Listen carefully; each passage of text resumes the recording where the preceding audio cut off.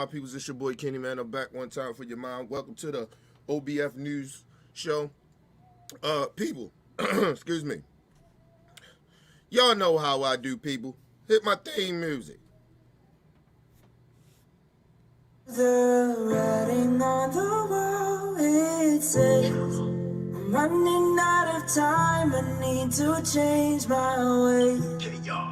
So I get down on my knees and pray for a little bit of guidance to find better days. Freak, are you kidding me?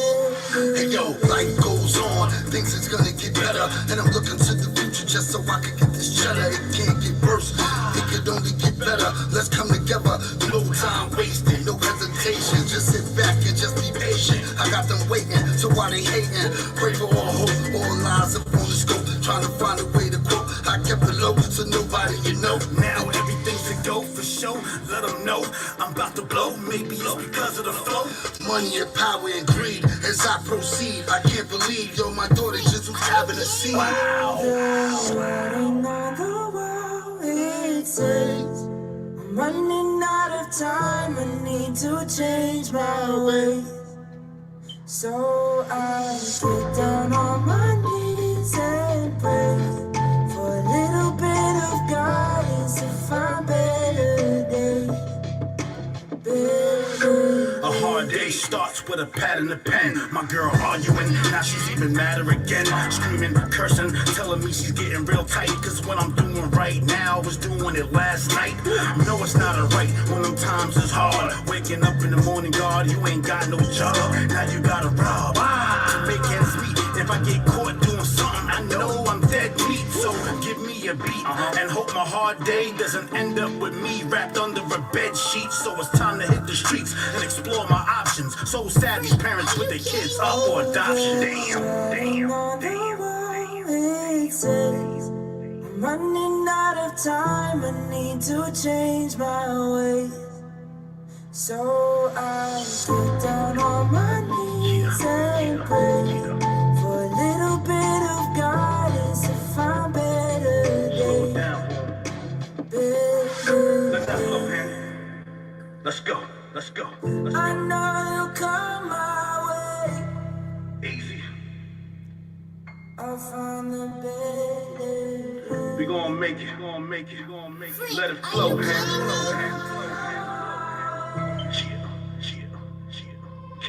I'll find the better days. All right, people. Let's get it in, man. Listen,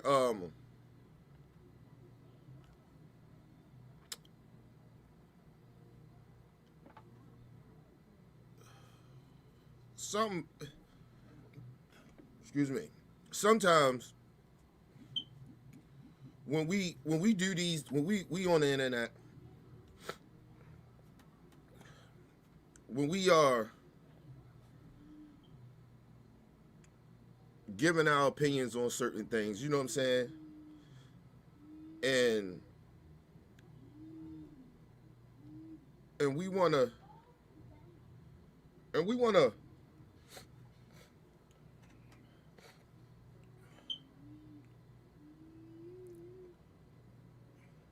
let me put this another way. Let me put it another way. Shout out to Booger. What up, Booger? Tell somebody to know somebody up in the building. I'm glad Tom Brady retired. I get tired of hearing his name. He ain't that great. He's a cheater. So fuck Tom Brady. But anyway,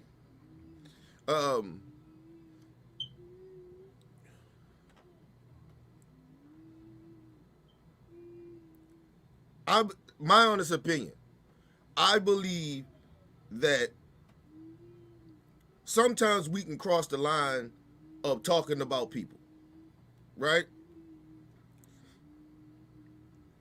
I don't have anything against the LGBT community, the alphabet people. I ain't got no problem with the alphabet people. Listen, sometimes they do shit that piss me off, and they need to be checked just like any other minority group or the black community. or white people, the white community. Listen, we all can get checked. But it comes to a point where a lot of times these fake ass alpha men, they like to call themselves, acting like we still living in the motherfucking 1916, 1960s and 50s and 40s and shit, when we live in 2022. Gay people out here, people. Okay? Some of these gay people, some of these alphabet community people are younger. Some of them are some of our children. The thing about the alphabet community, they got their shit with them, and some bullshit goes on over there. They can be a little too hypersensitive sometimes. But the one thing you can say about the alphabet community is it's multicultural over that bitch. They got any and everything over there you want, maybe. And I ain't gonna say maybe. You got heterosexual people like myself that support the alphabet community. I had no problem with the alphabet community. Do you? That's all I say. But fuck niggas like Kwame Brown make it hard for heterosexual men like me to even criticize the alphabet community. Because when they do fuck shit, right? I'm trying to figure out why the fuck Kwame Brown is out here talking about Dwayne Wade's son and how he parenting, how he wants to allow his kid to express himself. So if nobody didn't know, I think Dwayne Wade, not his youngest, because I think he got a baby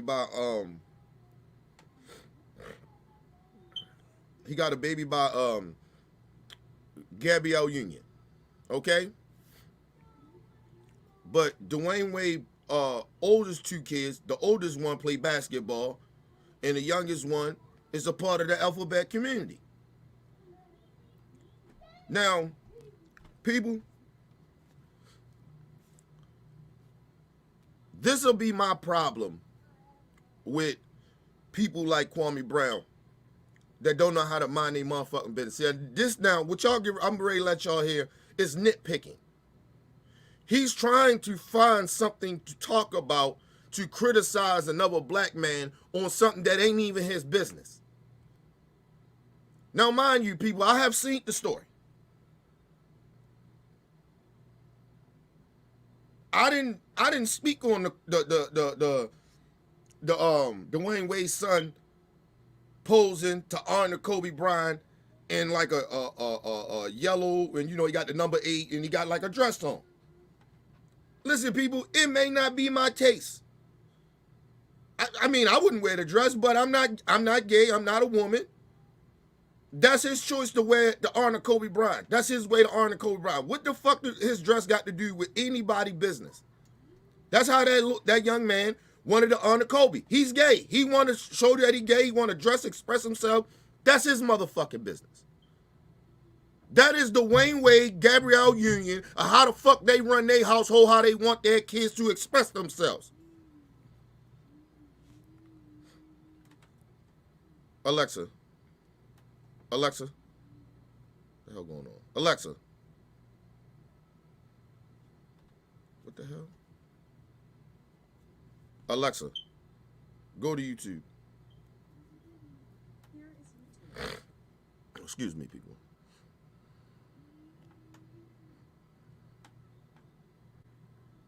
I had the clip set up and everything. I keep forgetting you gotta touch the screen sometimes. But that's their motherfucking business. That's how they run their household.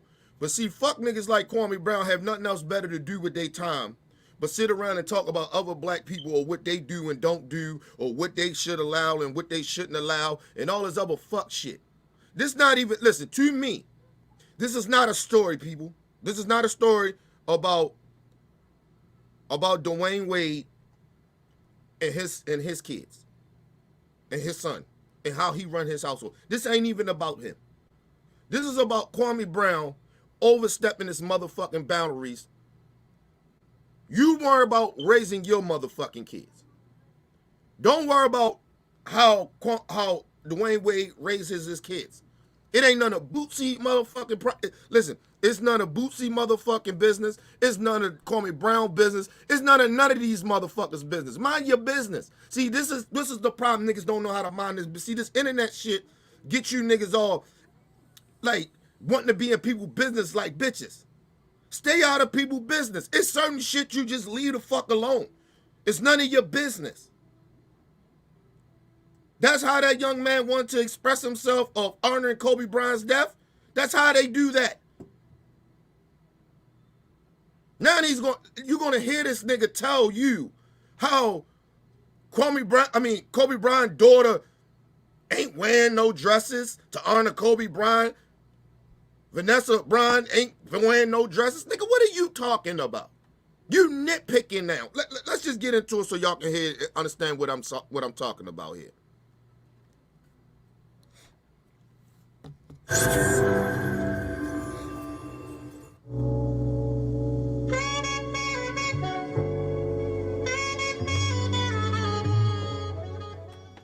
But let's get into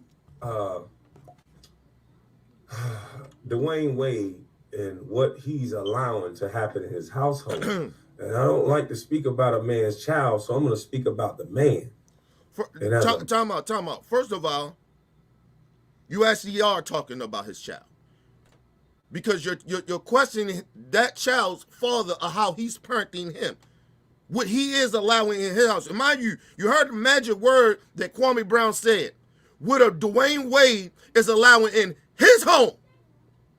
Where he took 14, 16 years in the NBA, maybe through his childhood to have his adult life. More than half of his adult life of what he worked hard for, what he want to allow in his household that ain't hurting nobody. Now, mind you, this kid wore dress to honor Kobe Bryant. Hurt nobody. How's this Kwame Brown or any of these niggas business? The magic word, his household. How he run his house. What he allows. I told you, these fuck niggas like Kwame Brown tell on themselves. How they contradict themselves. Then he gonna say, "Oh, I don't like to speak on other people's child." You actually are talking about his child because you have a problem of what his child decided to honor Kobe Bryant with. To honor Kobe Bryant. So you are talking about the fucking child because you have a problem with that, and it's nothing wrong with you having a problem with that. The problem is, what do you got to speak on it for? It's no reason to speak on it. Just don't like it, nigga. Shut up. Nobody asked you ain't nobody asked you to speak on it. And listen, maybe somebody did, but he didn't have to. He didn't have to speak on it. There's plenty of people send me emails and all types of shit and say, "Kenny, can you speak on these issues?" And some of the issues I say, "No, I'm not fucking with that," because some of that shit is ridiculous to talk about, and sometimes the shit is nothing. I won't do it.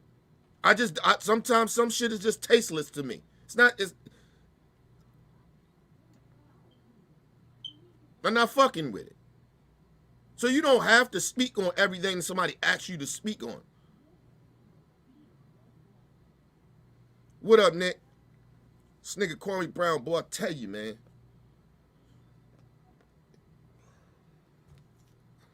And as a man, I don't think Dwayne Wade levels up as a man anymore. And that's just my opinion, brother Dwayne Wade. I don't think you level up as a man. Now mind you, this so-called alpha man, Kwame Brown, I'm going to start calling him Kwame Doo-Doo Brown, because there ain't nothing but a bunch of bullshit coming out his mouth. How you going to tell another man, well, I in my opinion, I don't feel like you living up to being a man. How? Because he's doing something in his house that he paid for, that he worked hard for, his kids that he helped produce, that he's raising.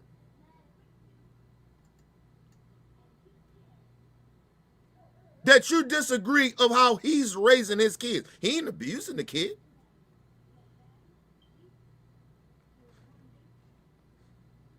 He's not abusing the kid. He's not mistreating the kid.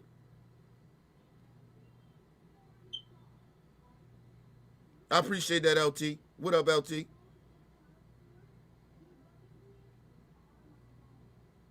You get what I'm saying here, my people? He's not a man. Corn Brown say, I don't feel like you leveling up to being a man. I respect you as a man no more because you allowing your, what is son, 14-year-old son, 13, 14-year-old son decided to wear a dress to honor Kobe Bryant. You allow him wearing dresses. Nigga, so what? It ain't none of your business.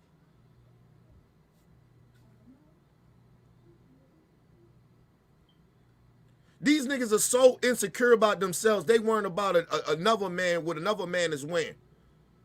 How's that being a man, Kwame Brown? Why you got a problem with another man wearing a dress? It ain't none of your motherfucking business. Listen, it ain't my taste. I don't like this shit, but it ain't none of my business. Nigga want to wear, and we're talking about a child here too, so it's a whole nother different level with that. Would I allow my gay son to wear a dress? Listen, man, I couldn't. I'm not gonna say I would or I wouldn't, but if it made him happy, I wouldn't care. Who am I to deny happiness to my kid? I ain't gonna love my kid no less. These so-called alpha men always got a problem with another man and what another man's doing. Instead of worrying about their motherfucking business and minding their own fucking business and worrying about their fucking children. Worry about your children. You worrying about Dwayne Wade. I don't respect you as a man no more. Don't worry about what Dwayne Wade is doing. No, listen, certain shit ain't none of my business, man. That man run his household the way he run his household. I wouldn't tell Corn Brown how to run his household. Even though I think he full of shit. But run your household. Raise your kids the way you want to raise your motherfucking kids. And then mind you, this is not like this is psychologically damaging these kids or what Dwayne Wade is doing. He's just letting this kid be what the fuck he want to be. Maybe the kid may get older and change his mind. Who the fuck knows? We don't know. We know the kid wasn't born this way, but maybe, listen, society is different, man.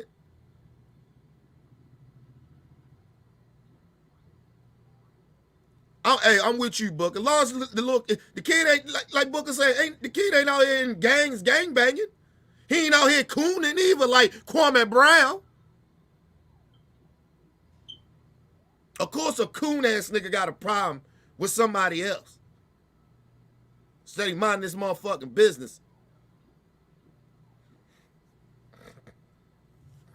You are letting your woman control your house. You played this thing called basketball. Talk about.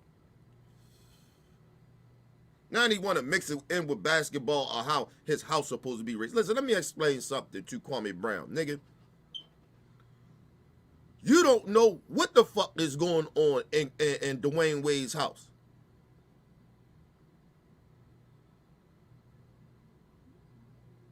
Now, I don't know Kwame Brown business. I really don't give a fuck. Where his lady at? What you got her barefooted in the kitchen? Getting pregnant? You fucking her every night, treating her like a house slave? Well, I mean, what the fuck are you talking about? Listen, nigga, you don't know what the fuck Dwayne Wade is allowing in his house? And then you talk about because what, the kid, one of the boys is gay and he want to wear a dress to honor Kobe Bryant? That got something to do with his woman? That's a heterosexual woman? Black woman at that. What the fuck? I don't even get the logic of what this nigga is talking about. It fucking sellout niggas. I don't understand. And this, like, some of this shit is, this is not about, I want to make this clear again. This is not about Dwayne Wade, Gabby L. Union, and them kids. It's got nothing to do. This got something to do with Kwame Brown and his insecurities as a so-called alpha heterosexual man? What are you worrying about what the fuck going on in another man's house? Why do you even care? Why does it bother you so much that Dwayne Wade allowed his son to wear a fucking dress? Fucking clown? Go back a little bit. Think you level up as a man. You are letting your woman control your house. You played this thing called basketball. This is a game. Kobe Bryant's children are not honoring him by wearing a dress. Kobe Bryant's wife is not honoring him by wearing a dress. What the fuck is he talking about? Kobe Bryant's children is not wearing a dress to honor their father, and Vanessa Brown's not wearing a dress to honor Kobe Bryant.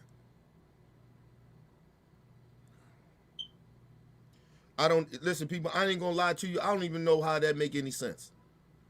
Sometimes people think that they're saying something, but they're not really saying anything but a bunch of bullshit. That don't even make any sense. Don't make any sense at all. Then he went from, you played this game called basketball, a game. Then he started going into Kobe Bryant's kids and his widow. What the fuck are you talking about, Kwame Brown? You don't even know what you're talking about. You know why I know you don't know? Because you're sitting here nitpicking. This is not even a story. You niggas need to stay off the internet. I guarantee you probably out here searching to find something to criticize another person about. It's sad that these niggas are like this, man. I told you I don't be searching the internet, people. I usually just pop up on stories, or people may send me something and I may get it that way. But I'm not searching to go around to criticize people. I ain't trying to hurt people's feelings. I ain't trying to always fight against people especially on nonsense shit like this. This is nonsense. It's not even a story. Let's move on. I don't think nobody else is honoring Kobe Bryant by wearing a dress. Kobe Bryant What was are you talking about, nigga? I don't think anybody's honoring Kobe Bryant with a dress. What are you talking about? Women wear dresses, nigga. They might. It's probably a woman out here that got a Kobe Bryant dress on, wearing the number 8. What the fuck are you talking about? I don't think. You don't. That's the problem. You not thinking. You're just talking about shit that just pop up in your head that makes no goddamn sense. This nigga got so much of an issue of this young kid wearing a fucking a dress that got number 8 on it, trying to show his love and support and honoring Kobe Bryant and his family. He got so much of a fucking problem with that. He's nitpicking. This is not even. Let's just move on, man. This is not an issue, people. I don't even know why this nigga even decided to even talk about this. Was a masculine man who went out my shoulder. Kobe Bryant said, I don't give a damn, shoot it with your left hand, wheel it in. This man's mindset was golden. This man's mindset was, I can do it. Mind you, he's in the. See, this is why Comey don't make no damn sense. This is why some niggas just leave shit alone and don't talk about shit. He's gone from how Dwayne Wade, he don't think Dwayne Wade is a man anymore, level up to being a man no more, because somehow Gabrielle Union has fucked him up or punked him in his household to where allowing the son to do wear the dress or be gay or whatever, to now he's talking about how the mind state of Kobe Bryant was. Nigga, this has nothing to do with Kobe Bryant. This is all. Listen, people, I just want to make this clear. It had nothing to do with Kobe Bryant. Had nothing to do with the Bryant family. Had nothing to do with Dwayne Wade and his family. This has nothing to do with them. He's trying to make an issue that's not there. Okay? He's speaking for a small portion of the country that thinks this dumb-ass way that he thinks because he's so much of an alpha. This had nothing to do with Kobe Bryant. Nigga, this has to do with Kwame Dudu Brown sitting out here being the coon that he is, nitpicking about what another black man does in his household or how he raises his kids because he doesn't like it. This had nothing to do with you, bruh. You need to just mind your business and just keep on doing the coon shit that you do. Leave this man alone. Leave this man family alone. Leave Kobe Bryant name out your mouth. Leave Kobe Bryant family name out your mouth. Kobe Bryant would have never came out and said anything about Dwayne Wade or how he was raising his kids if Kobe Bryant was alive to this day. And if he did have an issue with Dwayne Wade of how he was allowing his kid to wear dresses and all that shit, Kobe would have pulled him up. He wouldn't have got on the internet like this clown ass nigga and start criticizing Dwayne Wade like this if he had an issue.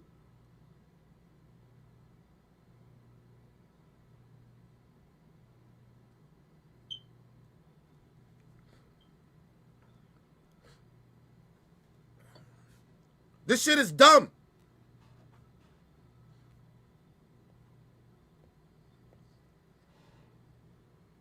I can do anything. And guess where he came from, brother Dwayne? Out of high school.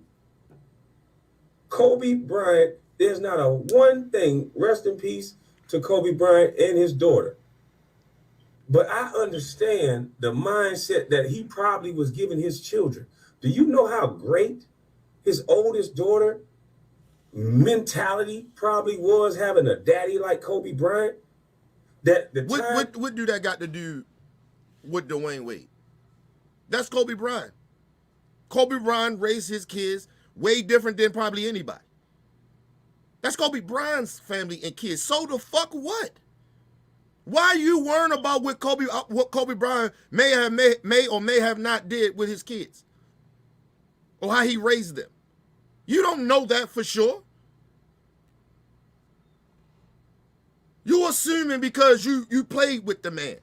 You didn't know Kobe Bryant. Kobe Bryant didn't fuck with you like that.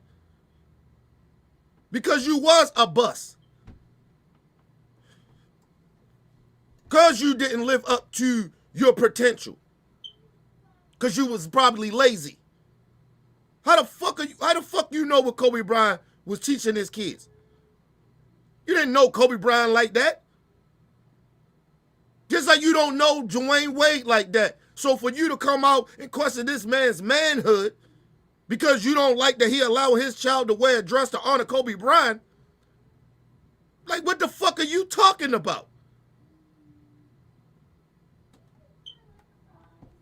Let's move on. The time that you want to give up, the time that you shoulder, the time.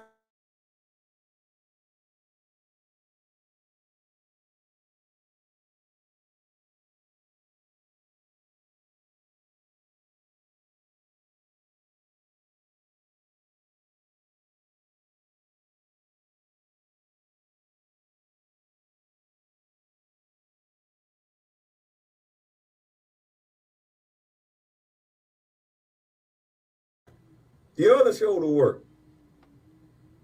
That old school ancestral nature that Kobe Bryant had. People don't like to talk about that. They want to call him a Mamba. But no, that was his ancestors. Kobe Bryant didn't give up on shit. And some people got rubbed the wrong way by that. Hell, even me at times. But how do you now honor a man with so much masculinity, so much since a teenager that I can do all things through Christ who strengthens me? Because that's some of the personal conversations that me and Kobe had. Through Christ, he believed he could do anything. Now, how does that tie in with a teenage kid who feels like he's a woman now? How does that tie in with him putting this man's jersey into a mucking dress? Why do you care? Nobody tried to put everything that Kwame Brown just said, nobody is thinking like that but him. And maybe a few portion of people in this country. Then, and let me explain something to you. Kobe Bryant is not here to speak for himself. But his kids are here and his wife is here. And I want to ask everybody a question out here. Let me know in the chat if this is true or not. Okay? Have you heard anything came from Kobe Bryant's family? I'll wait. About this issue, or with Kwame Brown acting like this is the biggest deal in the world, or would Dwayne Wade allow his son to wed to honor Kobe Bryant? Has anybody heard anything about anybody from the Bryant family say anything about this?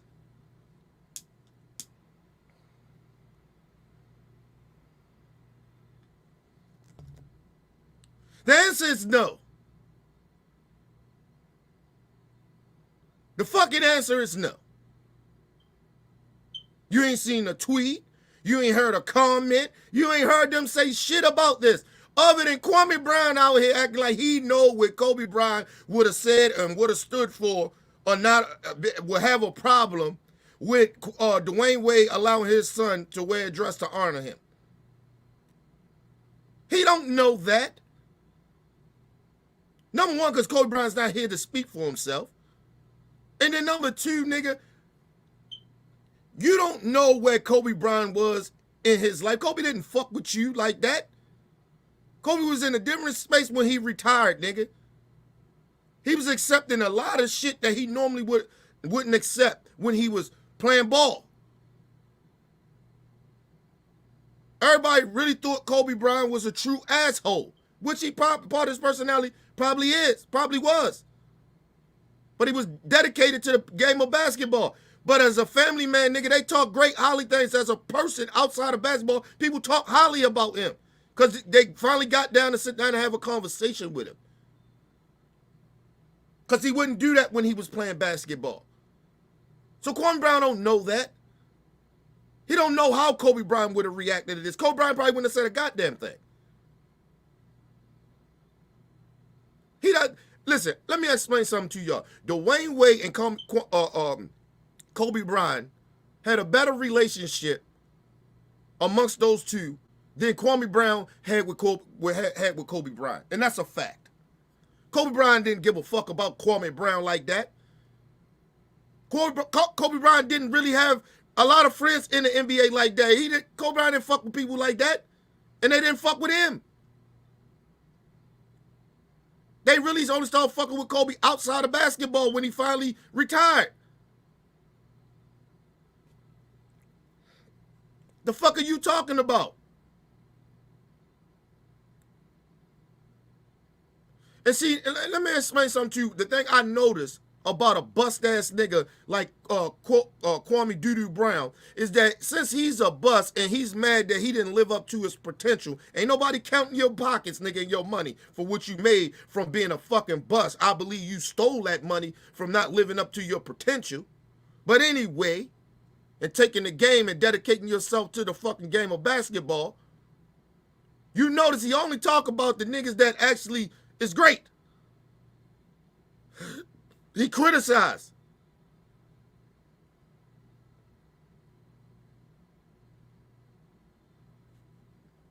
On some real talk, Kwame Brown, you shouldn't even be in the same room with some of these superstars. You need to go sit in the back of the bus with Greg Oden and them. At least Greg Oden had a issue of why he wound up being a bus, because he had fucked up knees. You ain't had no excuse. Or why you were so horrible as a basketball player. Let's move on, man. This nigga, I can't believe this nigga made this issue.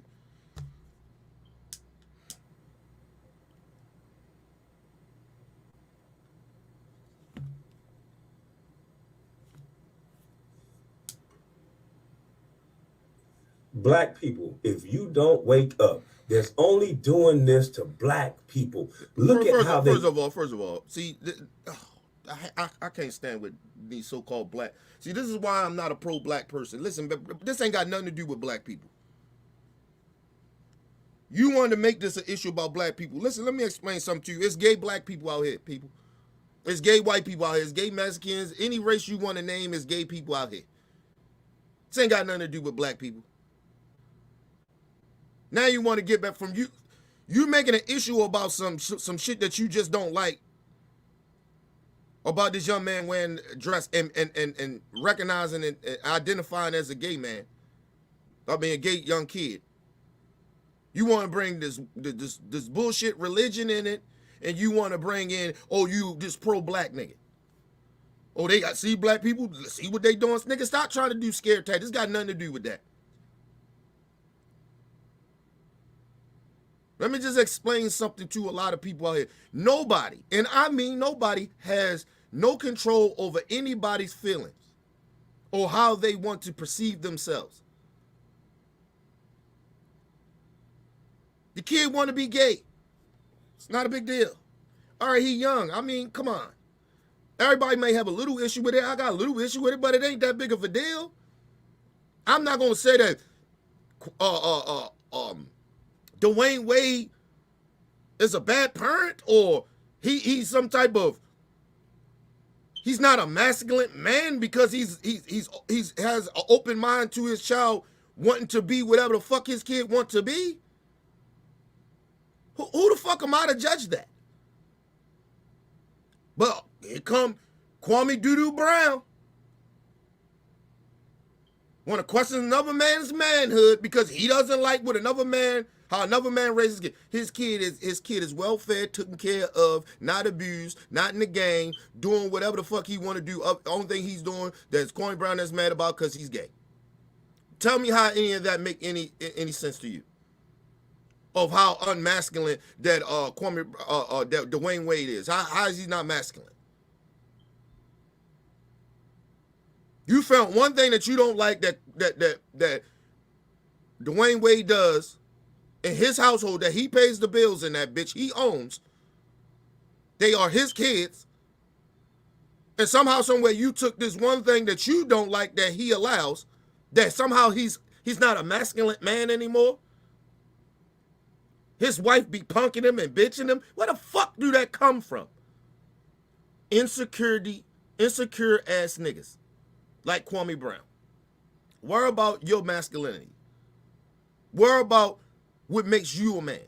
Don't worry about whatever makes this man that's taking care of his motherfucking kids. His kids ain't in no gang, ain't gang banging. His kids out there living their best life.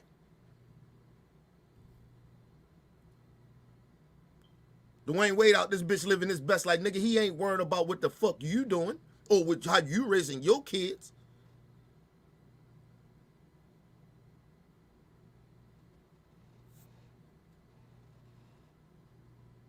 I want to make it clear to everybody. What up, Mel P? I want to make it clear to everybody. Gay people out here, people. They out here. Just like you got white people, black people, everybody out here. Motherfuckers better learn how to get along. That's why the country fucked up. Because everybody wants shit. It seems like everybody wants shit one way. It's not like that. People are different human beings. Everybody's not the same. Every race is not the same. Every gender is not the same. Motherfuckers is out here, man. The best thing you can do is just be a good, decent human being. Stop being out here like you gotta have everything your way. Your religion is your religion. Nobody gives a fuck if you're a Christian or not. I don't care. Listen, people, what they don't tell you, it's a lot of Christians out here that is horrible people. Miserable. It's a lot of rich people out here that's miserable and horrible people.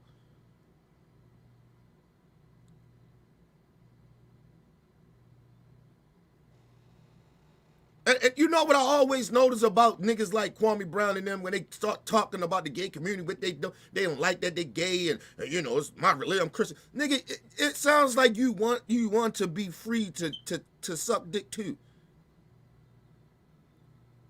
Like why you worrying about what another man does in this bedroom or how he want to dress or whatever, nigga? You want to wear the dress? Fuck going on out here? These niggas is killing me out here, man. Just mind your business.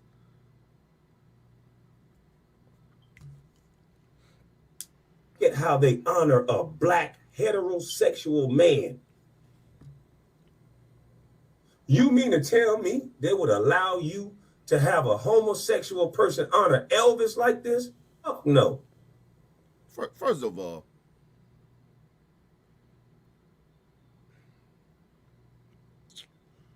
man, listen, let me just explain something to you. People, see, this is I swear to God, he's stupid, man. This is do y'all understand why listen, people, this is the real reason why I don't like talking to stupid people. Like, he's stupid, people. I don't even know what he's talking about. You think the white people gonna let a gay person honor Elvis? Nigga, they do. It's gay white people out here that honor Elvis, nigga. Fuck is you talking about? What the fuck are you talking about? Michael Jackson is probably the biggest entertainer in the world has ever seen in their life, nigga. Don't you know Michael Jackson got gay people that fucking love him and they white, black, Puerto Rican, whatever the fuck nationality they are. What the fuck are you talking about?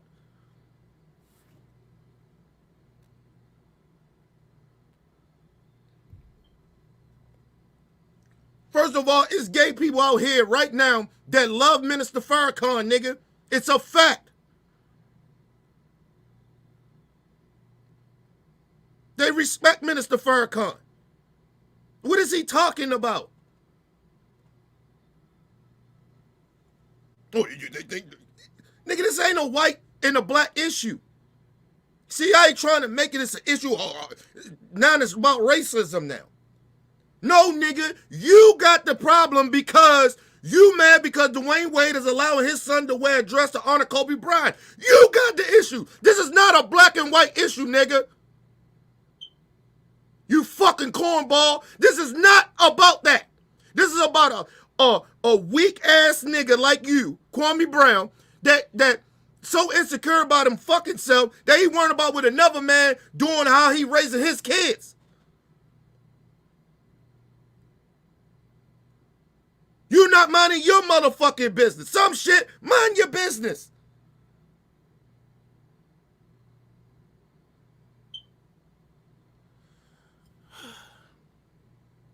Thank you, Mel P. This nigga out here fear-mongering. This ain't got nothing to do with it, nigga. So now black people, we should be watching out for the gays and the white people. They all trying to get us. Nigga, please.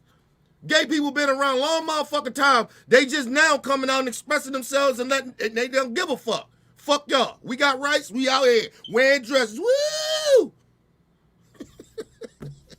They had gay parades, nigga. Doing their thing. Living their best life. Minding their own motherfucking business. But this so-called alpha male, Kwame Doodoo Brown, can't mind his motherfucking business. I got an issue with it. Nigga, I got an issue with a lot of shit. Don't mean I got to be out here talking about every goddamn thing I got an issue with. I got an issue, Kwame Brown, that your hair look like shit. I got a problem that you look like your breath stink. I got a problem, Kwame Brown, that you talk a lot of dumbass shit that don't make any sense. I got a problem that you won't mind your motherfucking business. I got a problem with you, Kwame Brown, that you try to use black people to fearmonger to other black people about an issue that's not an issue.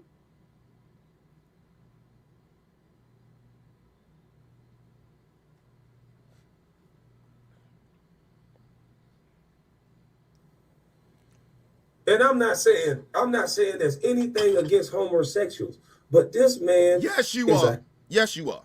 Yes, you are. Because it's bothering you so much that you speaking on homosexual shit. Yes, yes it is. Yes you are. You do got a problem. So stop lying. That's a goddamn lie. Well, why you, let me ask you a question. Why is he so upset about this situation? Why you got a problem with it then? It's a little young gay, little young gay brother that wanted to wear a dress to honor Kobe Bryant. He got a problem with it. How's that you don't have a problem with the gay community? I'll wait. Tell me how that make any sense. I told you these people stupid, man. Or they think we stupid. Whatever, however you want to look at it, man. How do that make any sense? How he doesn't have a problem with the gay? I'm saying I ain't got a problem with the gay community. Yeah, you do. You do. Because if you didn't, you wouldn't be talking about this. But he gonna tell you it ain't the alphabet community. It's this person. Let him go ahead. And I'm not saying there's anything against homosexuals, but this man is a heterosexual man. Why is he being honored by being made his jersey into a dress? Wear his goddamn jersey. First of all, if you look at the dress, it probably was made out, you know what I mean? I don't even really give a fuck. First of all, so what? Kwame Brown, so what? So gay people can't honor Kobe Bryant? Oh, I'm sorry. The only way you can honor Kobe Bryant is wear a manly jersey.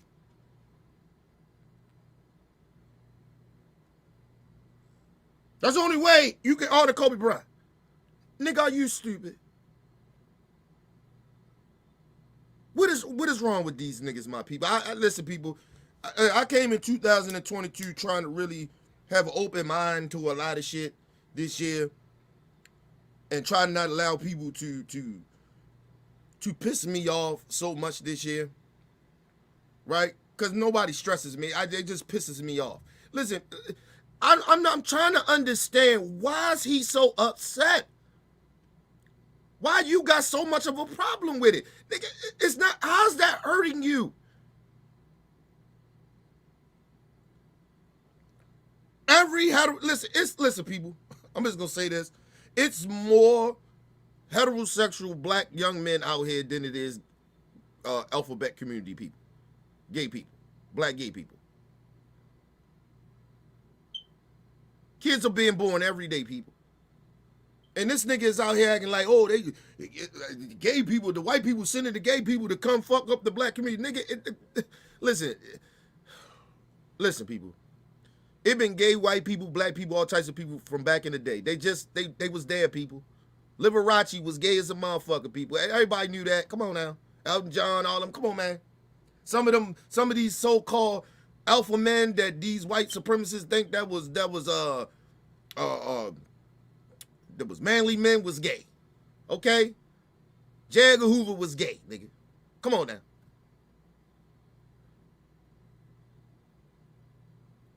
Think about some of these so-called slave owners and shit. They were fucking black men slaves. They was gay. Go to the Roman days and say, nigga, they out gay. Was gay motherfuckers. Like this nigga act like gay is something new. It's not. I'm sorry, people. I gotta laugh so I won't get angry. Listen, gay people been around long motherfucking time, people. They acting like gay people just all of a sudden just come out with gay wands and everybody.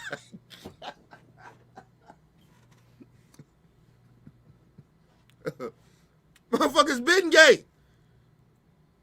They just wasn't as open as they is now. They wasn't acceptable like it is now. They wasn't accepted, but they been gay. They been gay people out here a long time, people. We know.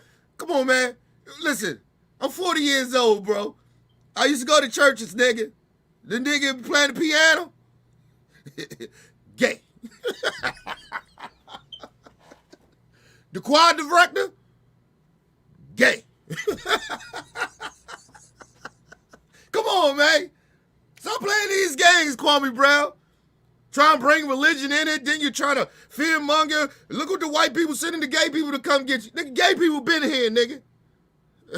It's just niggas, sucker-ass, coon-ass niggas like you didn't want to accept those type of people. That's all. Gay people been around a long motherfucking time, people.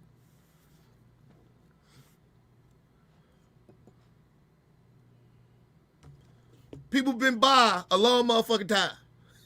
Been a lot of bi people out here, people. Come on, man. You know you got some uncles out here that been fucking men and still fucking his wife. Gay. Fucking. Come on, man.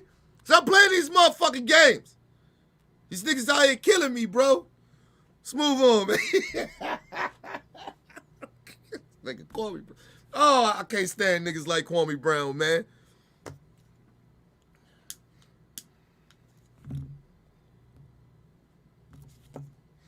Damn jersey for the day to honor him then, without the dress part.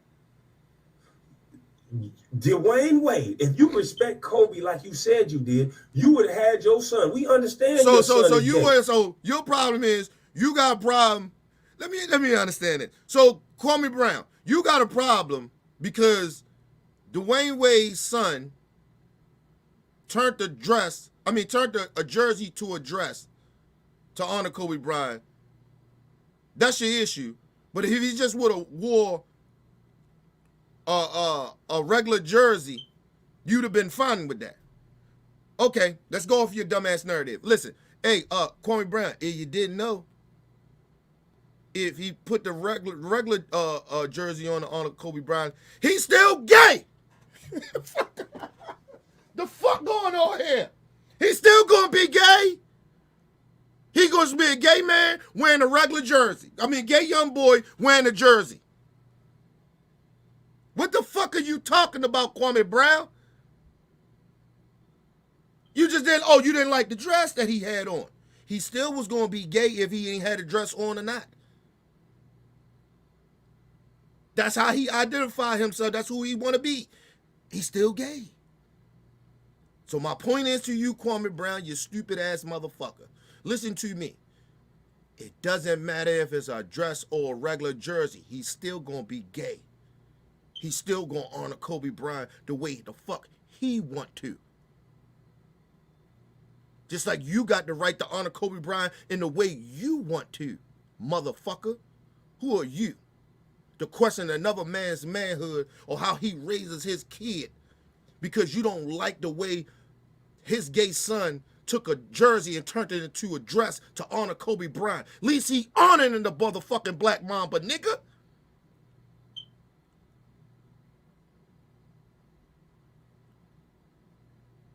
You ain't focusing on that, but you focusing on the dress. You see how fucked up these niggas is?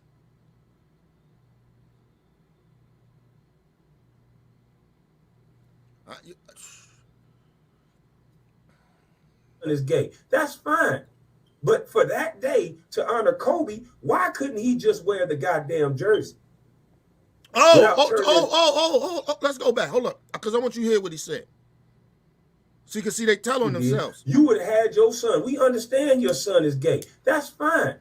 But for that day to honor Kobe, why couldn't he just wear the goddamn jersey? Okay. So, like I said, it's about him actually. No, see, he trying to make it about the dress. It's not about the dress. He has his real issue is that because he spoke on it before. So I know this is full fact. He's mad because Dwayne Wade is allowing his son to express himself and identify as gay. That's the issue. And nigga, who the fuck are you? Who named you the ruler of being a heterosexual man? Who told you the motherfucker that speak on heterosexual men? What's manly and what ain't manly?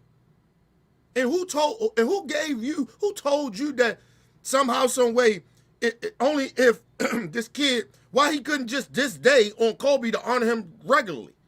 So this kid gotta change who he is to honor Kobe Bryant for this day? He gotta wear something that is acceptable for you to make you feel good about yourself. Because this ain't got nothing to do with the child. This got something to do with you and your insecurities. Why the fuck him wearing a dress to honor Kobe Bryant on this day? You have a problem with it.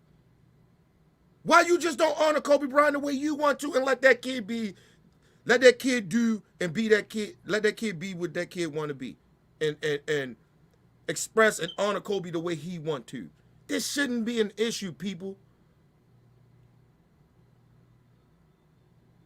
That kid wanted to honor Kobe the way he wanted to. Kwame Brown, you don't get to decide that. Just like that's Dwayne Wade's decision to allow his kid to do that. And that doesn't make him less of a man. Because he won't do something that you want him to do. I think it's highly disrespectful and offensive that you're making this... Excuse me. I'm sorry, people. Damn. I'm highly offended that you're making this situation an issue. You disrespecting Kobe Bryant and this child and Dwayne Wade because of your so-called religion or your so-called being an alpha male. Because nobody wants to live under your fucked up ideology or the way you think about life, how life's supposed to be. That's your life, bro. I don't understand these people. Live your life. People around you do not have to live the life that you want to live. Live your own life. People, I live my life the way the fuck I want to live my life. Nobody dictates how the fuck I live my life. I hang with people that I want to hang with. I hang with people that I don't hang with people that I don't want to hang with. That's my choice.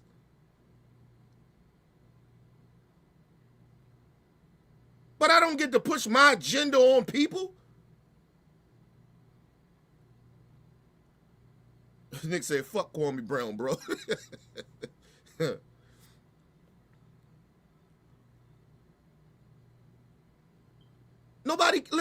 Listen, people. Anybody had an issue with this situation about Dwayne Wade son wearing the dress, shame on y'all, man. Shame on y'all.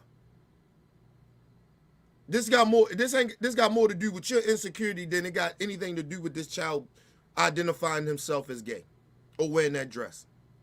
It got something. Sometimes just take a reflection and look at yourself for the fuck shit that you be, how you think that the world should work. Because the world ain't working the way you wanted to work, then everything's fucked up. People fucked up out here. It's more important shit that we could be talking about here, people. And I'm going to get into that in a few. With the next topic. But Kwame Brown, come on, bro. You need to check yourself. You need to check yourself. This speaks more about you than it speaks about Dwayne Wade and his child. Why you worrying about this young brother wearing a dress to honor Kobe Bryant? Nigga, this ain't got nothing to do. They try to bring Vanessa and the kids into this and then Kobe Bryant, his mentality. I mean, come on, bro. You just was reaching to make an issue. To prove some type of fucked up ideology point that you may live by. Which nobody gives a fuck. Live your life, bro. But don't tell other people they gotta live their life and do something a day to honor Kobe Bryant, to weigh them that way because it makes you feel good. These niggas are so insecure, man. Without turning it into a dress.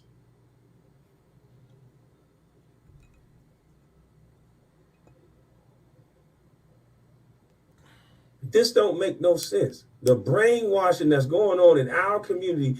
Well, let me get off this. I thought this, and I told you, then it goes back to fear mongering and shit like that.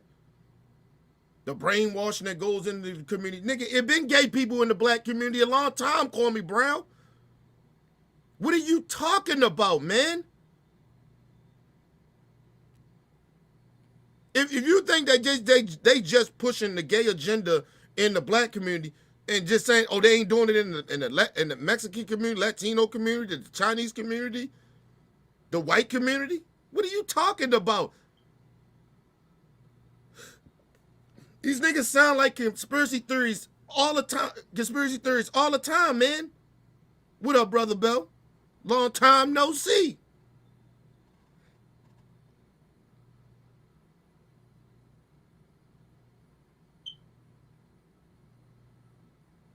Mel P stupid. Mel P say, Mel P say his daddy was probably gay. That's why he mad. LOL.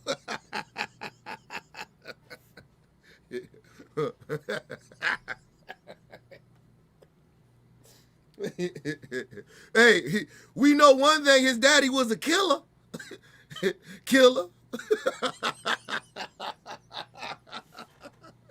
Hey, yo, y'all stupid, man. Nah, listen, man. This nigga crazy, man. I think this is it. Hold on. I thought this was very disrespectful. Dwayne Wade is a hetero, not Dwayne Wade. Well, Dwayne Wade is heterosexual as well, with a wife. Kobe Bryant is a heterosexual, masculine man who passed away in a tragic event along with his daughter. Let's please not show our black brother in this light. This is no offense to nobody else. This is that this man was. What light? I'm still trying to figure out how is this disrespectful to Kobe Bryant.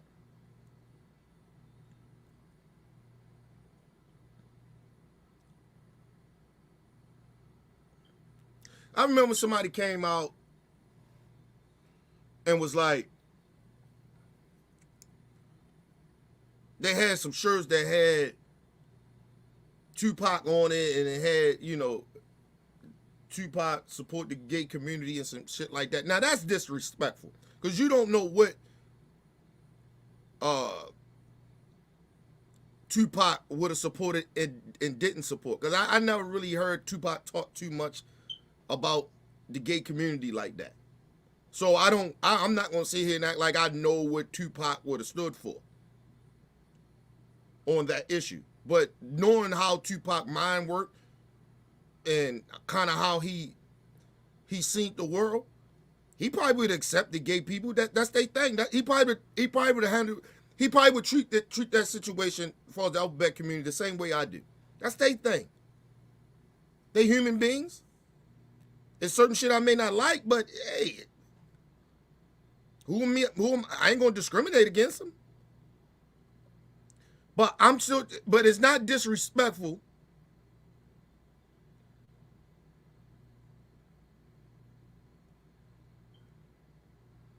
You saying is it the same of when a girl wearing Kobe Bryant's dress?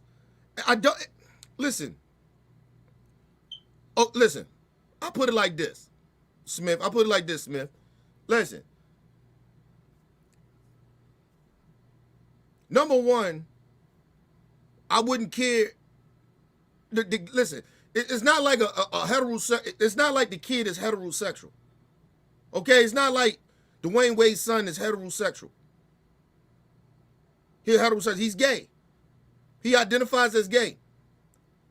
Me seeing him in a dress doesn't shock me.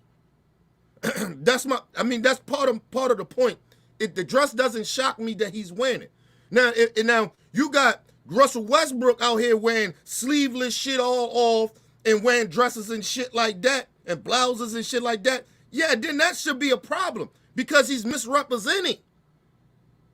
But if a gay kid or a gay person wears a dress, it shouldn't be an issue for anybody because you know he's gay. So this Smith, this has nothing to do with is it the same as a girl? It doesn't matter, but you would expect that from a gay kid or a gay man to wear a dress. But you wouldn't expect that from a heterosexual man.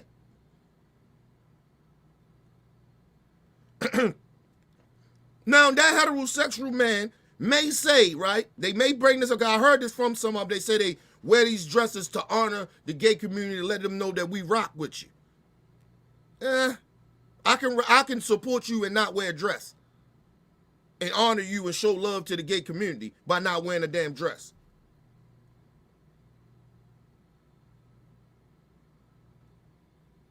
Listen, I'm not gonna say it's the same or it's not. I mean, I really don't. My point is, who cares? That's that child's decision to wear a dress. That's the decision of that father, which is Dwayne Wade, to allow his son to wear that. The mother too. The mother is heterosexual. Everybody act like they got this big issue with just Dwayne Wade letting his son wear the dress. Well, Gabrielle Union is okay with it. She heterosexual. The little boy biological mother, you don't hear her tripping. So why should we be out here tripping on that shit? That's they kid.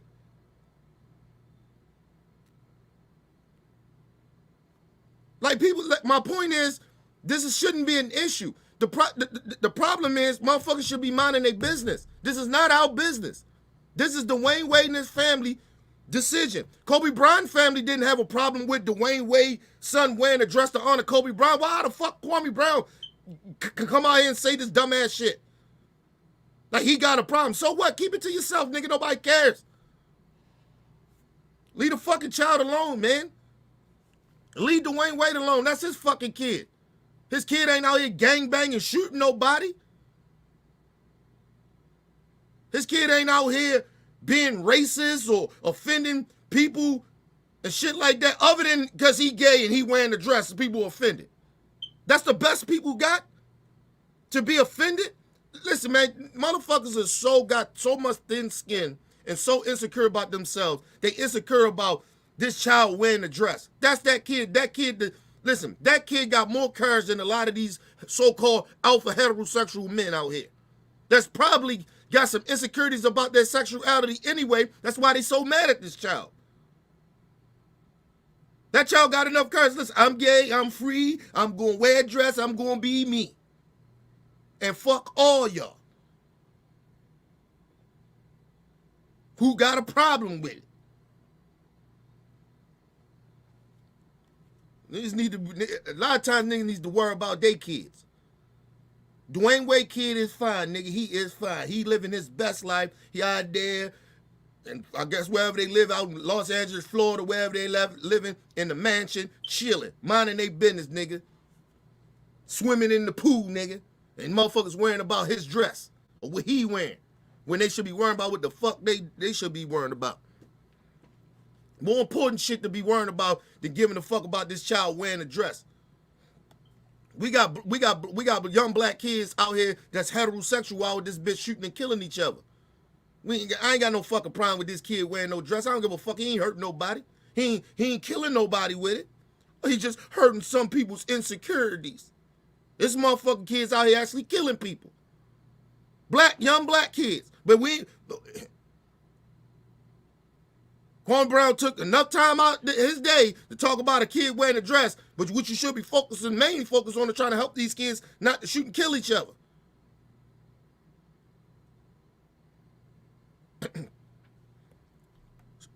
Getting together, we put some money together and start building our own motherfucking schools to educate our children the right way. That's what we should be focusing on.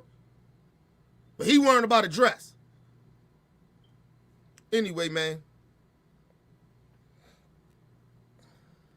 Man was a heterosexual man with a wife and a family. There's no reason for this to be tied to Kobe Bryant. None whatsoever. Who told you you was the spokesman for Kobe Bryant? That's what I want to know, Kwame Brown. Kobe Bryant family ain't come out and said nothing about this issue but you. Only you. And motherfuckers like you, Kwame Brown. Kobe Bryant family has said nothing. Only you got the issue, nigga. And I guess your minions or the rest of you motherfuckers that got a problem with gay people. Nobody making this an issue but motherfuckers like Kwame Brown? Listen, nigga, until the Kobe Bryant family says something about this, fuck what Kwame Brown talking about. Fuck you, Kwame Brown. Your word don't mean shit. And don't try to make this this a black issue. They're trying to get us fear-mongering bullshit. Gay people been around a long motherfucking time in every race, in every culture. This ain't a black thing. Nigga talking about they trying to turn everybody gay. Nigga, what are you worrying about that for? If you comfortable who the fuck you are, what you worrying about it for? Nobody can turn you gay. You gotta accept the one to be turned gay. How about that?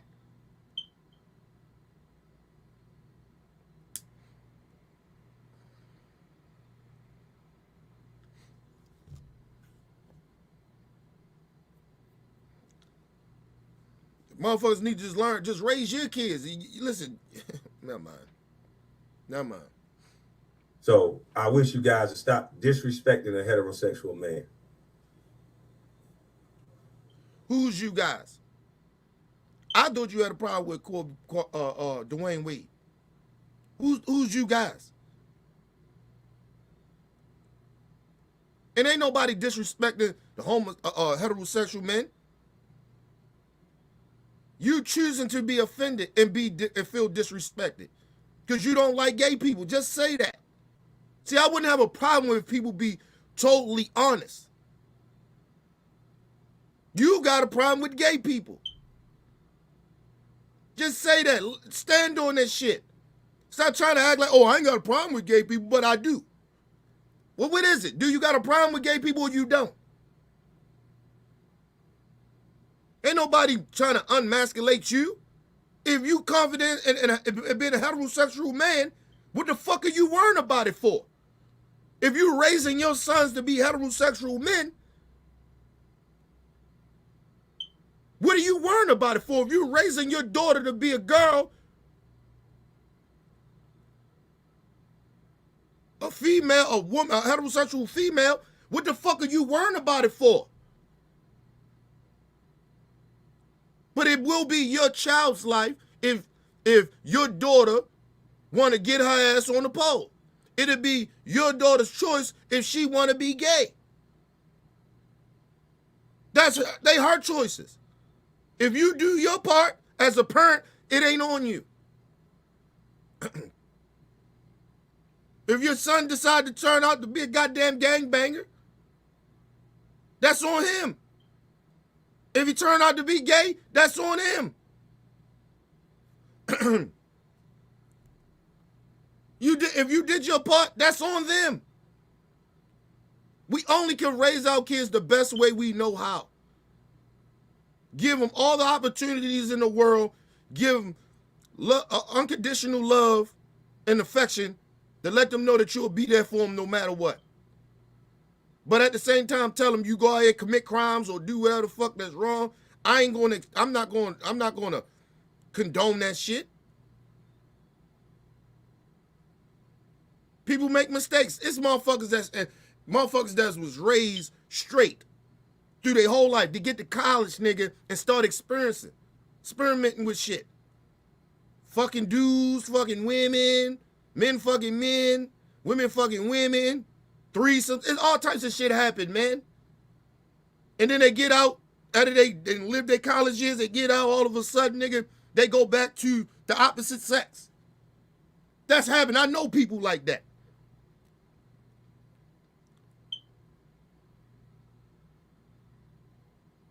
Now, in my opinion, you're still gay.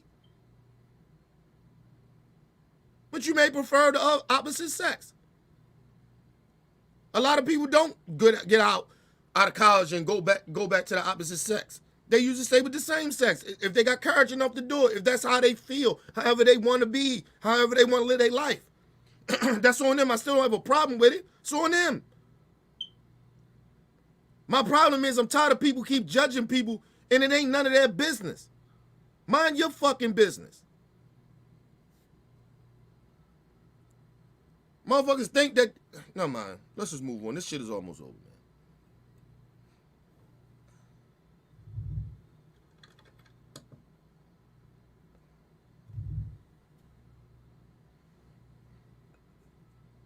It's over.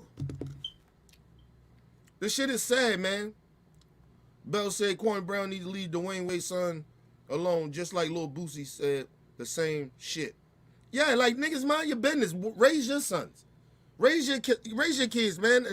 Listen, I like Boosie, but Boosie say some fuck shit and he be out of pocket.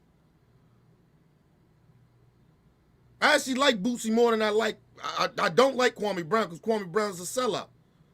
But listen, I can disagree with some of my brothers that I like, and we just disagree. I could disagree with some of my brothers. We just don't see eye to eye. I don't see eye to eye on this situation with Boosie. Not on all of it, but excuse me. But you know, some shit just leave alone, man. It's none of your business. Like, we making issues of things that shouldn't be an issue. Some shit just need to be left alone. There's more important shit out here to be worrying about than to be worrying about a lot of this fuck shit, man. I'm just sick of niggas doing that, man. Just mind their business, man. God damn. It ain't hard to just mind your business. We're gonna go to a quick commercial break, people. We'll be right back. It's your boy Nick Martin, OBF squad member. Man, we keep it all the way 100 or even $1,000,000%. I've been in the squad for a very long time, and let me tell you, this is the truth right here. If you want realness, content right here, go to Opinion Buff X, the realest channel ever. We talk about politics, sports, and the whole 9 yards. Get involved, stay in tune. This is OBF squad right here. Opinion Buff X, the realest. OBF means the word to me. It has changed my life ever since I've been rocking with the show years ago. OBF means the word to me, and it is my family. And I love being a part of the squad. We stand for morals. OBF for life. Peace and love to the world. Hey, this is your girl T Baby. The reason why OBF Real is the realest show out of all channels. I shouldn't say all channels, but the reason why we the realest, because we speak how we feel, we tell like it is, we don't do no sugarcoating.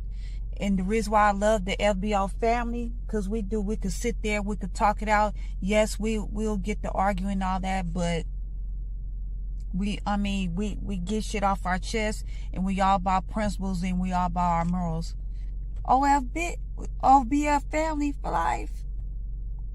Hey, it's Shay. I've been deemed the mother of OBF, which means I care for this channel. I care for each and every member of this channel. I've been kicking it with OBF for more than 6 years, which means I'm not new to this shit. I'm true to it. I believe in the intent of this channel. Hey guys, it's Shay, member of OBF the Squad. I've been kicking it out here for over 6 years, which means I'm not new to this shit. I'm straight up true to it. I believe in the intent, the mission of this channel, which is to uplift, to inspire, and to educate. Here at OBF, we talk about everything. We cover the latest and greatest. You're going to get our opinions. We definitely cover the facts. You're going to get it 100% raw, uncut, and straight up real. So come on over to OBF and come kick it with your girl. Holla!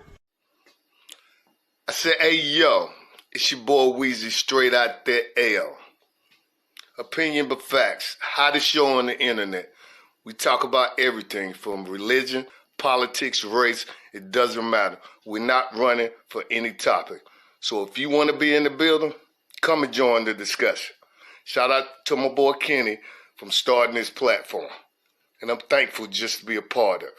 So when you come in the building, keep it funky like gym shoes. So we keeps it popping like Orville Redenbach. How about that? And those are the facts. One time. This your man LT, member of OBF The Real. Subscribe to the channel where we talk about sports, politics, issues, race, whatever you like positive. Subscribe to my brother Kenny channel, Opinion Buffets, where we keep it real. OBF for life. All right, we back, people, from commercial break. Let's get into this next story real quick. Listen, some people, so we got So, Supreme Court Justice, one of the Supreme Court judges from the Supreme Court is retiring. So, I just want y'all to hear how mainstream media talks about this. So, Joe Biden, one of his promises was if he got elected, and I think he kind of knew that if this guy was most likely going to retire, and so that's why he promised that he would select a black woman to be on the Supreme Court. And so I just want y'all to see the reaction of how mainstream media reacts to a black woman. You know, just a black person, period, just being on, like, that mainly disagree, because if this black person agree with some of their ideology, especially from the right, they will be okay with it. They will be okay with a black person. But buying this black person most likely don't agree with their ideology. They against black people, but their racism come out. So I just want y'all to hear about listen to this real quick. And we'll try to get the squad up in here in a few. Let me start with you. You have discussed Justice Breyer as someone who worked to bridge the conservative-liberal divide, quote, more than most of his colleagues. Explain what the Supreme Court is going to lose with Breyer leaving. Thanks, Jake. Yeah, he will leave a real hole in the fabric of the court just because of his outlook. You know, he had worked with Teddy Kennedy in the legislative branch, with the Senate Judiciary Committee, in fact, back in the 70s, and he still saw things in terms of building consensus. He used to say he considered a dissent a failure, that if he couldn't find a middle ground, he was unhappy with it. Now, of course, you know, on this kind of polarized court. And you know what? And that's why his old ass should have retired a year ago. So Biden could have been put a black woman or a black person. I don't give a fuck. Listen, people, is we can be honest about this. Is him putting a black woman on the Supreme Court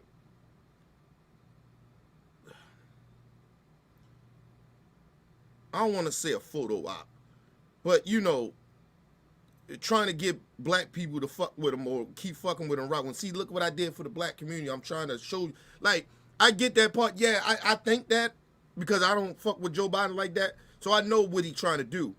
But it's well way past for a black woman to be on the Supreme Court. It should have been a black woman there from the jump. But we had to wait hundreds of fucking years to get a black woman on the Supreme Court. I think, hold on, we might have did have one. I'm trying to think, but we might have not did. But I gotta look that up. I think I'm right. I don't think we have ever had a black woman on the Supreme Court. But it's been, I don't think we did, but I think it's been about that. It's been time for that. It's time. You already got Clarence Thomas up that bitch up there buck dancing and shucking and jiving with his ugly ass white wife, that old racist bitch. So of course they, you know, the right wing like, yeah, hey, we're trying to put some. See, we got black people on the Supreme Court. We fuck with black people. You got a coon ass black person. He's a sellout.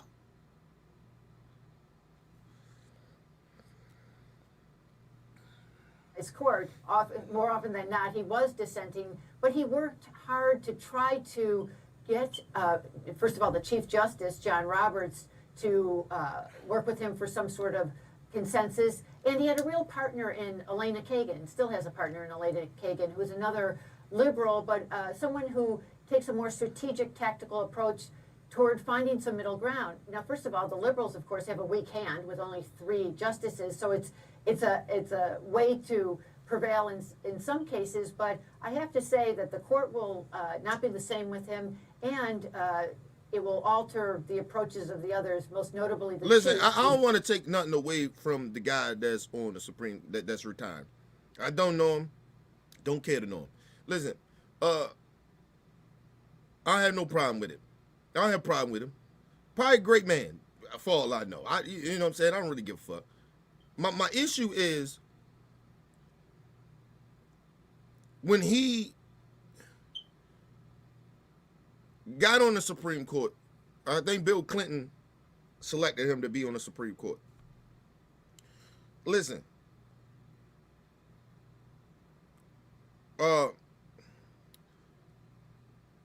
times was different. You could bargain back then. You could do some things. You could, both sides can sit down and talk. You can't do that now.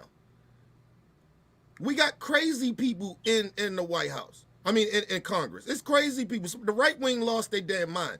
Everybody over there lost their mind. Or they cowards.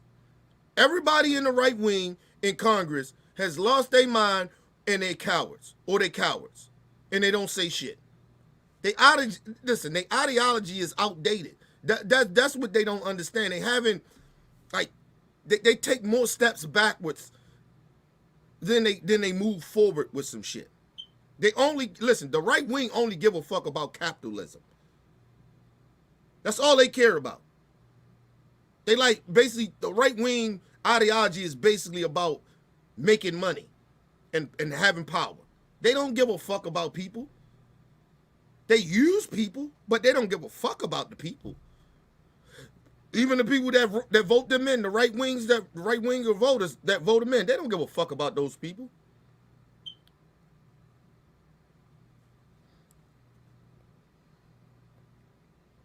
It's just sad that we in these times right now. I just should have said, man. Who's always trying to find some sort of middle ground and preserve the integrity of the court, and Justice Elena Kagan. And the question will be, will Justice Kagan become more of a dissenter in the vein of Sonia Sotomayor, or will she try to find new partners, perhaps in the newest justice, Jake? Andrew, the conservative Wall Street Journal So editorial basically, board. Sotomayor, they're trying to call her some type of radical left. Right? She's not this middle ground bullshit con artist that be in the middle like this guy was.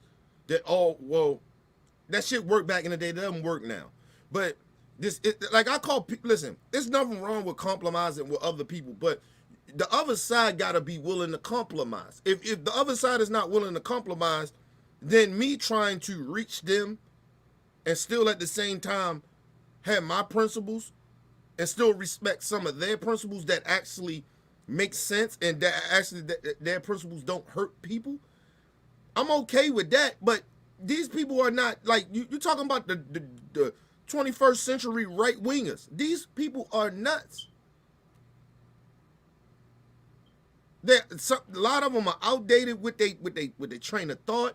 They conspiracy theories. The whole right wing are. They conspiracy theorists. How do you compromise with people that don't live in reality?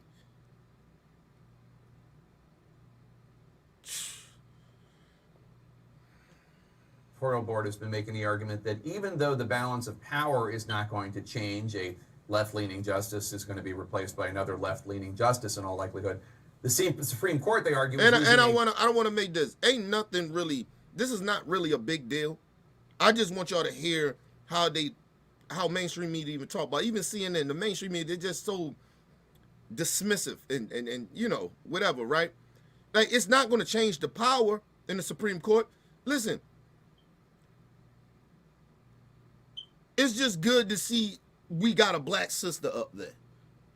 Whatever one it is, it's just more of a good feeling to see that. It's not even progress really to me. It's just, you know, it's good to see that you see somebody that look like you or look like your mom or your sister, your aunt or something. You get what I'm saying? Or your wife or your friend, or your friend that's a female. Like, it's good to see that. It's good for my daughter to know when she get old enough to comprehend what the Supreme Court is and all that other shit, to see somebody that's black. Right? That's all this really is about. Right? But other than that, this ain't even really a big deal to me. It's really not a big deal, period. But mainstream media makes this grand shit. It's not. They spend whole segments talking about nonsense. Is losing a pragmatic liberal And the Wall Street Journal editorial board goes on to say, quote, the president would be wise to pick a liberal in the mold of Justices Breyer or Elena Kagan rather than Sonia Sotomayor, who seems more interested my bad, because I went, let me go back. My bad. He was losing a pragmatic liberal, and the Wall Street Journal editorial board goes on to say, quote, the president would be wise to pick a liberal in the mold of Justices Breyer or Elena Kagan rather than Sonia Sotomayor, who seems more interested in fiery dissents than persuading colleagues and shaping the law. Now, you clerked for both Justices Breyer and Kagan. What do you think? Listen, and that's the Wall Street Journal. I mean, so come on. But that's even how CNN correspondents feel and how they say, right? Like how they really feel. Like this is listen, I keep telling people about some white liberals. Like they want to compromise with the side, but they living they're not living in real time. They still thinking we can get back to being how we used to be. I don't want to go back to how we used to be. That it hasn't been working. So Supreme Court Judge Sotomayor, I forgot her name, I'm fucking her name up, but I'm sorry. Listen, she understands the atmosphere, what's going on. She live in reality.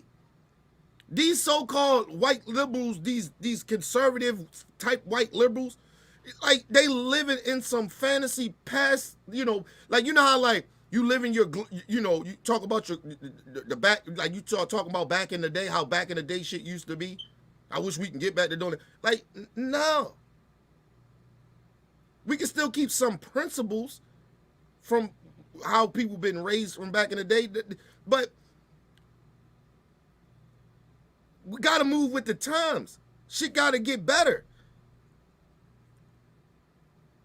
The country got to progress. It don't supposed to just stop. Oh, we did enough, everybody good. No. I mean, that's the mind state of these people. That doesn't even make any sense. They're not living in reality, or they want to go backwards. Like, nobody wants to go backwards. Nigga, listen, let me explain something to you people. Imagine somebody, just say like me, right? I had a real fucked up childhood, right? But everything wasn't that bad, right? It was some good times. It wasn't all bad, but it was more bad than good, okay? People, even if I had more good than bad that happened, I wouldn't want to go back and live back in those glory days, nigga. I'm a grown-ass man. The future is, I'm living in a different reality. I'm in 2022. Why would I want to go back to living like how the 90s and the 80s was? Like, why would I want to go back to live that? Even if it was good or bad, why would I want to go back to that? We here now. I got a kid. It ain't even about me. It's about the kids. It's about my kids, your kids. It's about their future. I didn't live half of my life already. I'm okay. So it's about the other kids. Even if I wasn't okay, it's still about the kids. It ain't even about me. Like, I don't understand the mind state of some of these folks. They want to go backwards. Why you want to go backwards? We're supposed to be moving forward. I told you, that's why I don't understand I don't understand people that live in the moment. The moment is not guaranteed. I mean, the moment is not guaranteed a lot of the times, because you could be living in the moment and you could be gone. The future is not guaranteed. Definitely going back to the past is definitely not guaranteed, because it's called the past. So you pray and hope to God that you see the future. And try to live your best life in the moments. But be responsible. Try shit. You know what I mean? Respect where you are. Respect shit around you. I just don't get it. Again, what do you think of that analysis? You know, I think it's important, Jake, to recognize that the president has an opportunity to nominate a justice that has to rise and meet the moment that we're in. And I think Joan is right to say that when Justice Breyer's gone, there'll be a hole in the court. But I think there's already a hole in the court because that middle ground that might have existed years ago, we're seeing already is disappearing or gone. The court, even in just the past year or two, even in just the past few months, has shown that it's a court that is trying to run, not walk, towards really substantially rewriting and overhauling aspects of our constitutional law that have been standing for decades. Yeah. So I think that justice that's coming on the bench now is a justice that is going to be dissenting and that is going to be joining two women who are really quite good at dissenting, Elena Kagan and Sonia Sotomayor, who know how to write dissents that make it clear to the public just what it is that's happening at the court, at their court, at our court. And I think that that's important. That the ability to have that clarity and that voice and that sort of dissenting voice, when the fact of the matter is this new justice will not be changing the balance of power on the court. Mm-hmm. They're not going to be able to avoid dissenting. And so I think it's really important to have someone who is able to join Sotomayor and Kagan in that dissenting voice and to speak with the clarity and the power that they both have. See, and that's basically, see, he live in reality. He's not living in some fantasy land. He understanding what the moment is. You don't pick nobody. Like, this was my... Listen, I understand why people pick Biden to get Trump out of there. I get that. It makes sense to me. I understand it. I comprehend very well. I know why people voted for Biden. But look what happened. Nothing is getting done. Because when you have somebody that doesn't live in reality of where the country is, and willing to fight for the future, that just want to compromise with crazy people, then nothing gets done. The motherfucking party told you. The Republican Party told you. Joe Manchin told you. Hey, man, we ain't allowing nothing to happen. We ain't supporting shit. Right then and there, Joe Biden should have said, okay, all right. So we're going to make my presidency, we're going to make this real hostile for you motherfuckers. I'm going to make it very uncomfortable for you motherfuckers. Let me get AOC and them and whoever the other motherfucking in-betweeners. Anybody else want to be in between and want to compromise with these fools, then I'm going to get at you. But anybody else that's riding with me to trying to, get some shit done or at least fight to get some shit done, let's holler at me every day.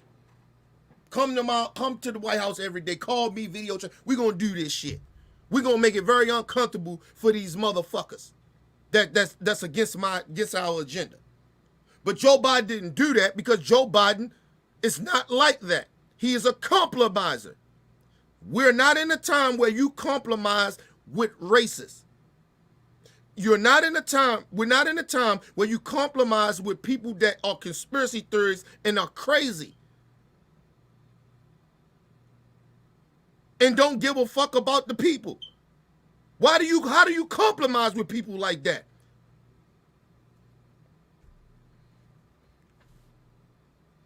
Listen, if I'm Joe Biden, I would rather be unpopular, fighting for what's right, than to be unpopular because I didn't do nothing. Joe Biden is not listen, the reason he's unpopular because, or his polls or whatever, he's not a popular politician or presidency or whatever, is mainly because of the fact he's not doing nothing. He's not fighting. He's sitting there still trying to compromise.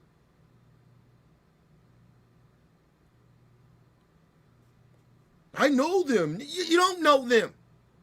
Because if you did know them, you will understand that these people on the right is crazy. Or when I was in the Senate. Nigga, that was about 15, 20 years ago when you was in the Senate. It's different now. It's new, crazy, right-wing nut jobs, and some of them been there for a little minute.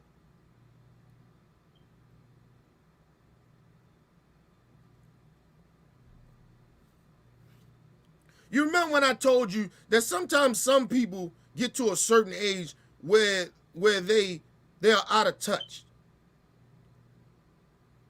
That's where the future comes in at. That's where the young folks come in at. Because when niggas get out of touch like this, it's time for some new breed. That's why I always tell people that's why I stay connected to the young folks. Because I don't want to get Joe Biden or get some of these older people age and get out of touch. Don't mean I gotta act like an ass to relate to them.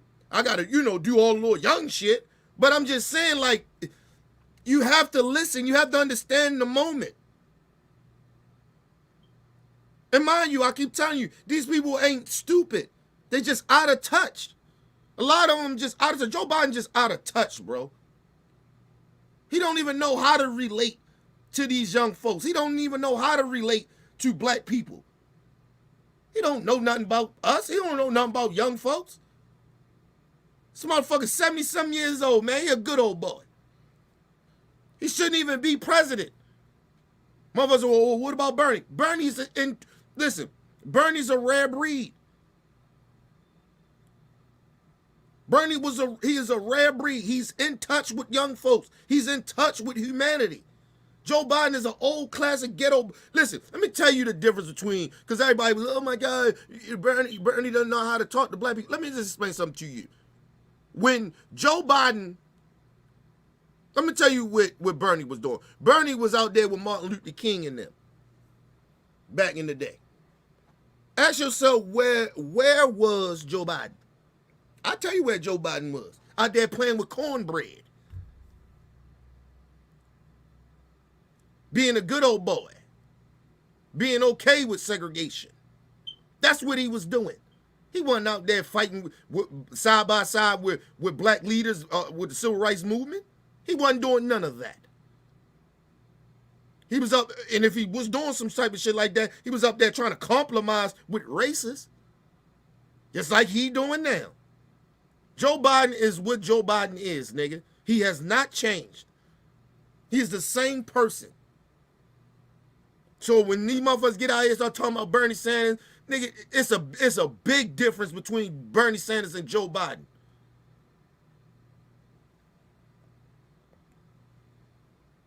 Yeah, obviously, when we've seen the short list floated out there, obviously President Biden is looking at eminently qualified judges and the like. And obviously also he has said he wants to nominate a black woman. There's never been a black woman on the Supreme Court. And the fact that...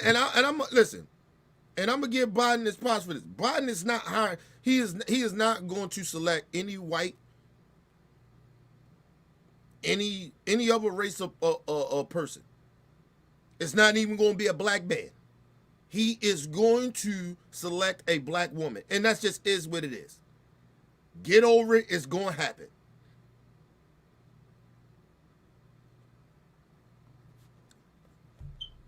It's going to happen. So anybody getting their feelings, the other minorities in the country, white people getting all upset, get over it. The man said this is what he was going to do. He ain't lie about it. He said he was going to get him. If he got to select a Supreme Court judge, it was going to be a black woman. Get over it. Motherfuckers sitting out here losing their goddamn mind over this shit. Come on. Would it have been okay if he said, I'm only going to hire a woman? Would that have been better? Did it make you feel any better? Make you feel a little bit more secure about your whiteness? Or any other minority? Make you feel secure in yourself? He said a black woman. Leave it alone. Let it be. Nigga, let us shine. Let us get our shit. We the most disrespected and hated in this country. Let us shine. Fact that he wants the next justice to be a black woman is already causing the usual responses from the usual suspects. Take a listen. I'm wondering the kind of justice that he would nominate. Now, again, I'm sure it will be, as Guy said, a black woman. You know, he's got a dedication to that. We saw how well that worked out with Kamala Harris, but here's to hoping that he has a better choice in mind for this position. I mean, what kind of a qualification? Time out. Tommy Lauren, let me just say something to you. Because I heard her say this. People telling me about it. Listen, Tommy Lauren, let me just see this is the prime example of white people really hate black people. Some white people really hate black people, right? And envious of black people, but they like black shit.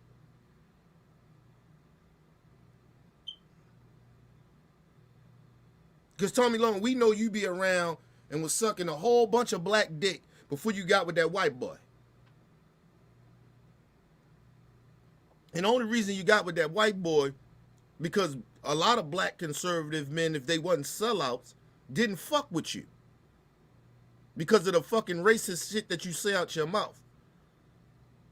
And then you had to have this, you know, this how you be presented and how people will look at you, so you got with that white boy. Listen, let me just explain. So Tommy Lauren is a joke. Just like Candace Owens, they both are jokes. They are con artists. They are drifters. Okay? Listen, Tommy Lauren is the same. Listen, like when you seen her a while ago, she was out there, she was out there listening to rap music and shit, listening to 21. She was mocking him. She was mocking black coaches wearing grills and shit. To me, that's kind of like blackface to me. When I see white people trying to act black. Like, my honest opinion, it's the modern day blackface. Ain't got no reason to be wearing golds and shit like that. That ain't even, that's not even a culture. We do that.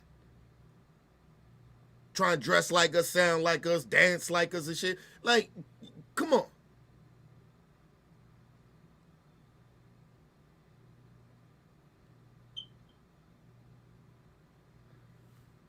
And then you talking about Kamala Harris. Listen, I'm not a big fan of Kamala Harris. I'm not here to defend her. But at the same time, I already had said that she was unqualified.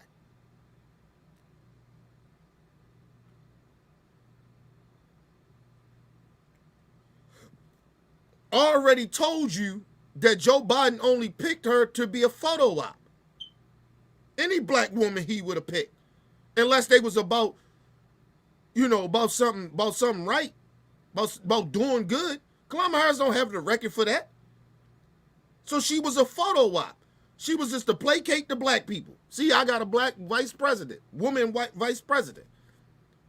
It's no different with this justice, Supreme Court justice that they trying to put in that is black woman. I'm not going to disrespect her like that because I think she's probably more qualified to be on the Supreme Court than Kamala Harris being the vice president, my opinion.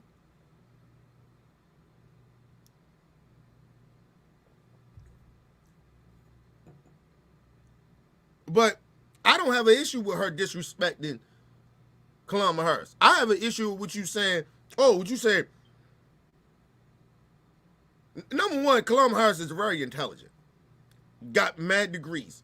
I just think that she wasn't qualified for that position because of her politics and how she moves. But educational wise and shit like that, yes, she's very qualified for that position. If Donald Trump can be the president, nigga, Kamala Harris is way more qualified to be the goddamn vice president. Okay? She's more qualified than motherfucking Mike Pence. Like, just be honest. Okay? But you're trying to, Tommy Lauren, you trying to suggest that, oh, getting another black person, that's going to be wrong? As far as what? You don't know these judges. That means you're trying to say all black women are like Kamala Harris. That's not true. Why you stereotyping? Now, if I say all dizzy white blondes are the same, you'll be offended, wouldn't you? You little white bitch. And I don't want people to get it twisted. I ain't defending Kamala Harris because I don't like her. I'm defending black women that's coming up. These black female judges, one of these black female judges that may be the next Supreme Court justice. That's who I'm defending. And all the young black women. Because that's what she's basically saying. Oh, Kamala Harris is so terrible, that means all black women are like that. See how that worked out for you, having the black woman there? What? See, just because she's incompetent, in my opinion, she ain't qualified to be the vice president, to me, doesn't mean all black women are like that.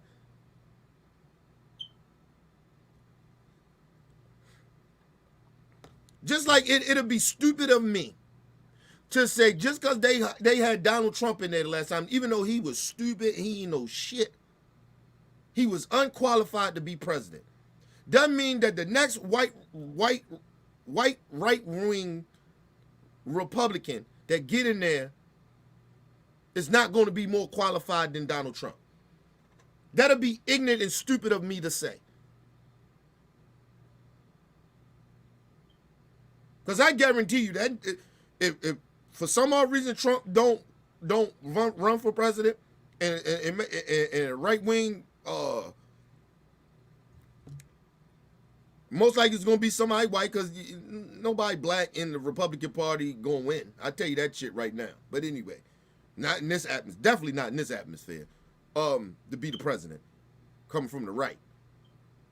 I guarantee you they're gonna be way more qualified and intelligent than Donald Trump. I guarantee you that. Donald Trump ain't know what the fuck he was doing. He had number of stupid people around. And then even if he had some smart people around him, he didn't listen to the smart people. Because he was stupid. He was incompetent. He didn't know what the fuck he was doing. He was unqualified.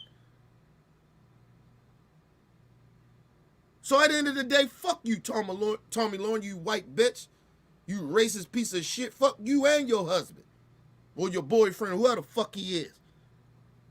Because I don't see how he could be with a nasty, disgusting human being as she is. Is that being a black woman? I mean, is this our standards now in terms of the highest court in the land?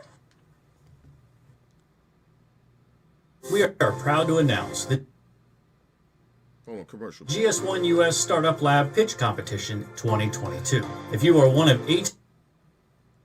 See, I mean, it is too... See, on one hand, I can understand what she just said.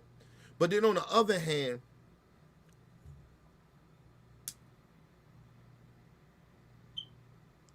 we wouldn't even have to... Listen, Joe Biden wouldn't have had to even make this out here to be like, oh, well... This is how I know it's racism. Because of what she said, it's racist, what she said. Right? It's because Joe Biden wouldn't have to do this. Had to say, I'm going to appoint a black woman to be the Supreme Court Justice. It wouldn't have to be that if people in this country was really getting treated equally. Having the same opportunity to get to this position, to get to the position, to be, to have the connections or maybe even have the opportunity to present themselves. But we know it's a bias in this country when it comes to black people. We know this already. We know that we don't get we don't get the same opportunity as white people in this country. So for Joe Biden to do this means this is a problem. As well as, yeah, it may be some photo opping he trying to do, but it was a promise that he said. It wasn't like it was some shit that out of the blue. That's why I don't even understand why they so angry. It's not like Joe Biden was like out of the blue. Like, I'm only going to do a female. I'm only going to select a female black Supreme Court justice. That's not what that didn't happen. He been said that, but when he was running. That was his decision. He felt like it's some type of inequality or some type of photo op. However you want to think that Joe Biden thought about this, of saying it. He already said it. That's what he was going to do. And let me explain something to you. How many motherfucking people that Donald Trump put on the Supreme Court that was white? Nobody said nothing about that. We were talking about their character. We didn't give a fuck that they was white. We didn't care. We were talking about their character, their ideology, how they thought about shit.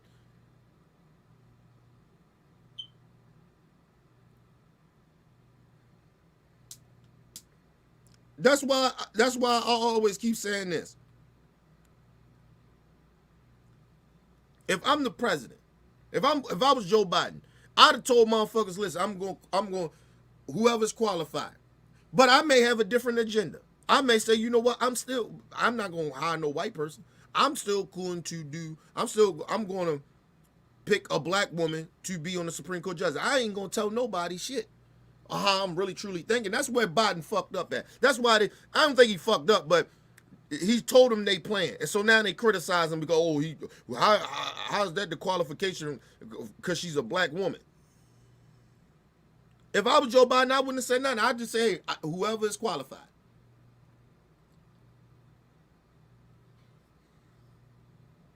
And if they ask me a stupid ass question like, oh, well, black people want to know, would you put a black person on the Supreme Court judge? Yes, if they qualify. That goes for any color skin, any race. If you qualify, I may suggest that I'm gonna look at it and see if you qualified to be on the Supreme Court justice. Give a fuck what color you is, as long as you competent, as long as you qualified. But my whole agenda, I wouldn't have told nobody. I already made my mind. I'm getting a black woman to be the Supreme Court justice. The next Supreme Court justice if it opens up for me. Real talk.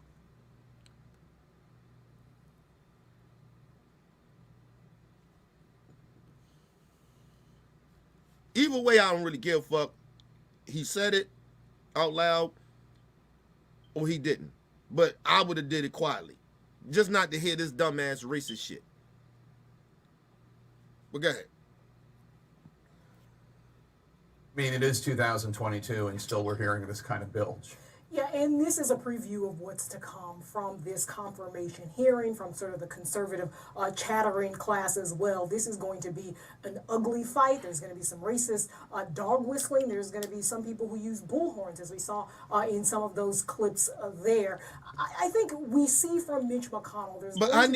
I need black people to see this situation and what's previously get ready to happen, because I'm going to be doing clips on this shit and everything when Biden finally selects a black woman to be on the Supreme Court when they're doing the hearings. I'm gonna be live streaming some of this shit. Listen, people, I need black people to understand. Stop being so offended by this shit or what they saying. I'm not offended by it.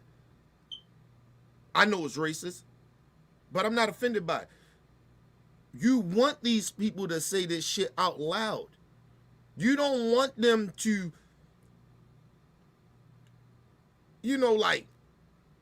like be in the closet saying little slick shit. No, I want them to be straight up with their racism. You should embrace that. You should be okay with them telling you how they truly, really feel. So you know how to combat that shit. They telling their whole playbook. Let them speak. Let them be freely of being racist. I'm telling you, it's not going to work out for them in the future. I'm telling you. It's okay right now because they just don't give a fuck. And it's okay. You'll see. Listen, people. You know why I always be a little optimistic about a lot of shit, even to this country, even living in this world. It's because I believe in karma. Oh, this shit gonna come back around. Karma gonna hit these bitches. That's why I'm okay with them speaking out loud about their racism. See, there's consequences for being a bad human being. Doing dirt. And it may sometimes seem like these people be getting away with a lot of fucked up shit that they be doing, but they really not. Oh, karma gonna come back around on these bitches. That's why I'm optimistic about a lot of shit. That's why I don't get down on the racism and people in the country all fucked up and they trying to bring trying to go back to racism and shit like that. They got a rude awakening coming. They just can't see it through their stupid ass racism. Because they dumb. I told you they stupid. Racist people are stupid. They don't see the big picture. They just only see, and they're in the moment, people. They live in the past. You got to think about the future. Pay attention to the present, but think about the future. And educate yourself on the past. That's how you're supposed to do it. Mel P stupid. He say Kamala Harris is a bitch. Listen, bro, I don't fuck with her. I don't.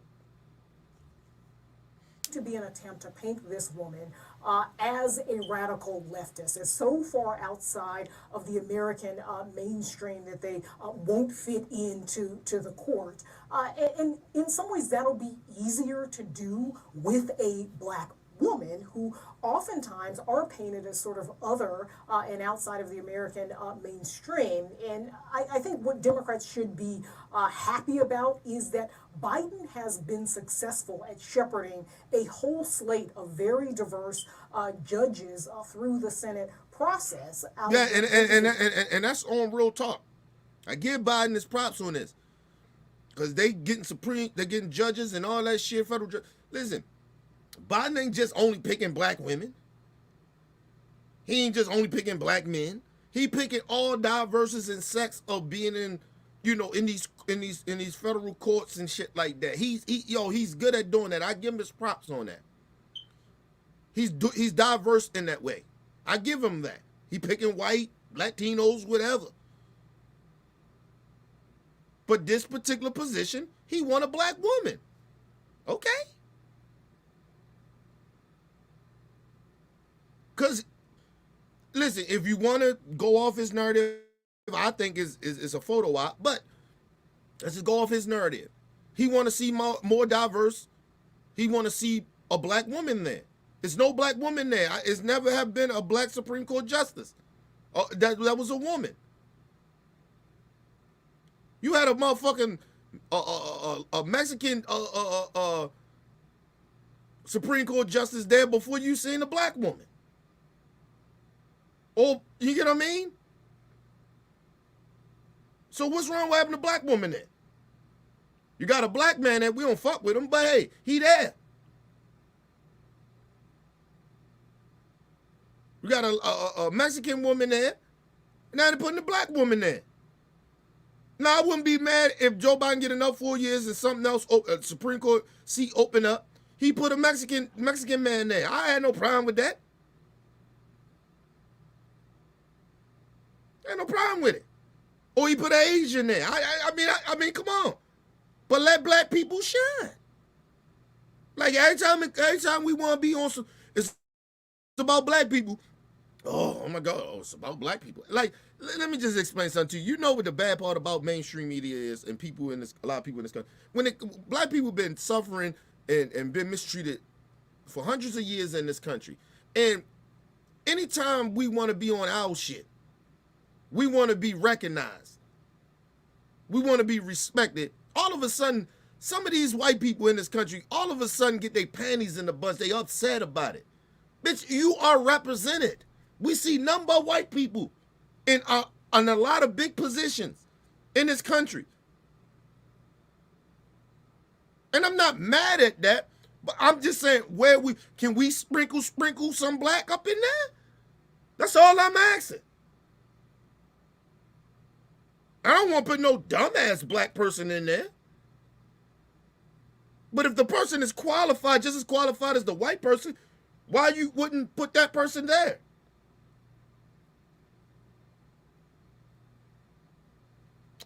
Let's move on, man. The judges that he's appointed so far, something like 70% are people of color, 75% are women, so they know this process. And some of the folks on this list have already gotten support from people in the Senate, already gotten bipartisan support in the Senate as well. But this fight is going to be ugly. There's going to be sort of a culture war that we're going to see play out in the coming weeks and months around this nominee. And that is sad and unfortunate, as Biden is about to make history and likely make this nomination, probably. And let me just say this.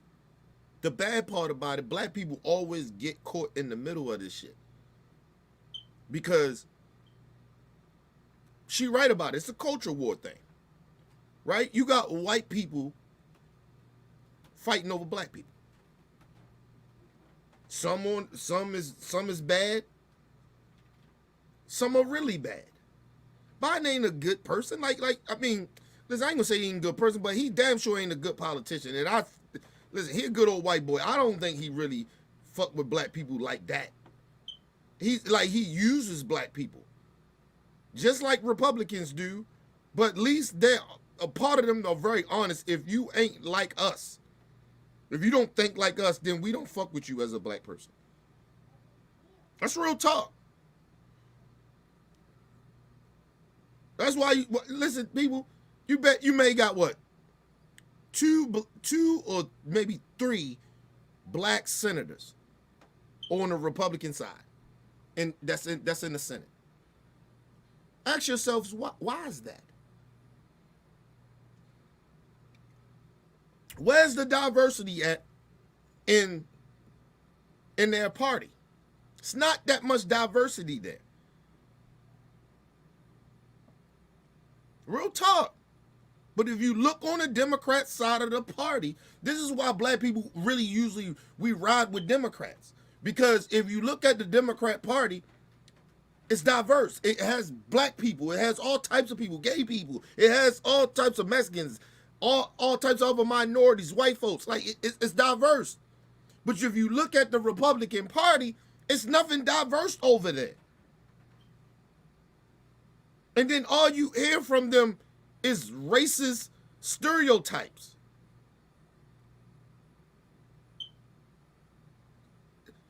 And so I'll be trying to, listen, my thing is, I'm trying to figure out why do Republicans like to sit out here and act like, and they new shit is, they new whistleblowing, racist whistleblowing, is they start to say now, the radical left. The radical left means black people and minorities. That's the radical left. That's what they're talking about. There's nothing radical about wanting injustice, stopping injustice, for people to get treated differently. I mean, for people not for fighting for people to be treated equally. There's nothing wrong with that. People being treated the same. It's not ain't nothing radical about that.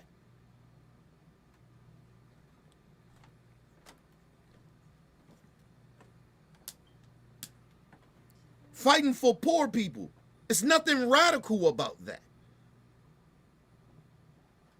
Giving them the opportunity to just live a better life. It's nothing radical about that.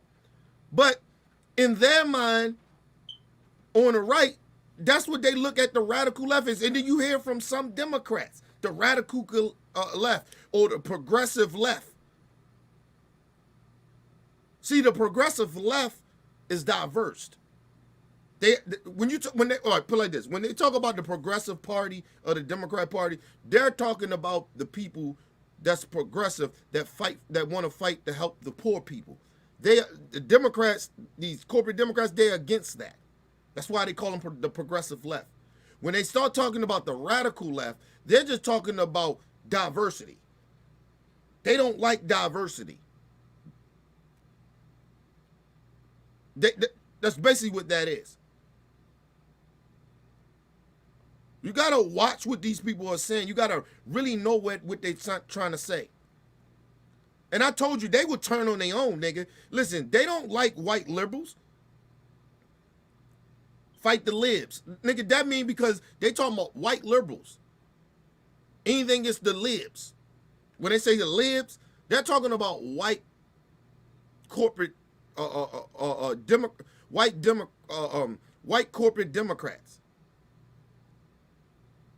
They are enemy to them because of the simple fact they okay with the progressive, the inclusion. Some, they okay with being around those people. That's all they saying. when they call, you know, the libs, they talking about the white libs. They're not talking about us. They talking about the white people that are corporate Democrats. How can I put this? They tolerate us.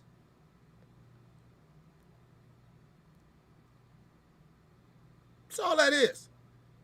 You gotta watch the slang that they try to do, the whistleblowing, I guess you could say. The racist whistleblowing. During Black History Month. And we should note, Joan, in the history of the U.S. Supreme Court, 230 years, there have been 115 justices on the bench. Only 7 of them have been minorities or women. Only 7. That's just about 6% of all Supreme Court justices. And yet somehow, Joan, a lot of people out there don't think about appointing white men the same way that we might be talking about appointing non-white men. Yeah, it is not a radical idea to say that after 233 years that we need to have more diversity on the court, and for the very first time, an African-American woman.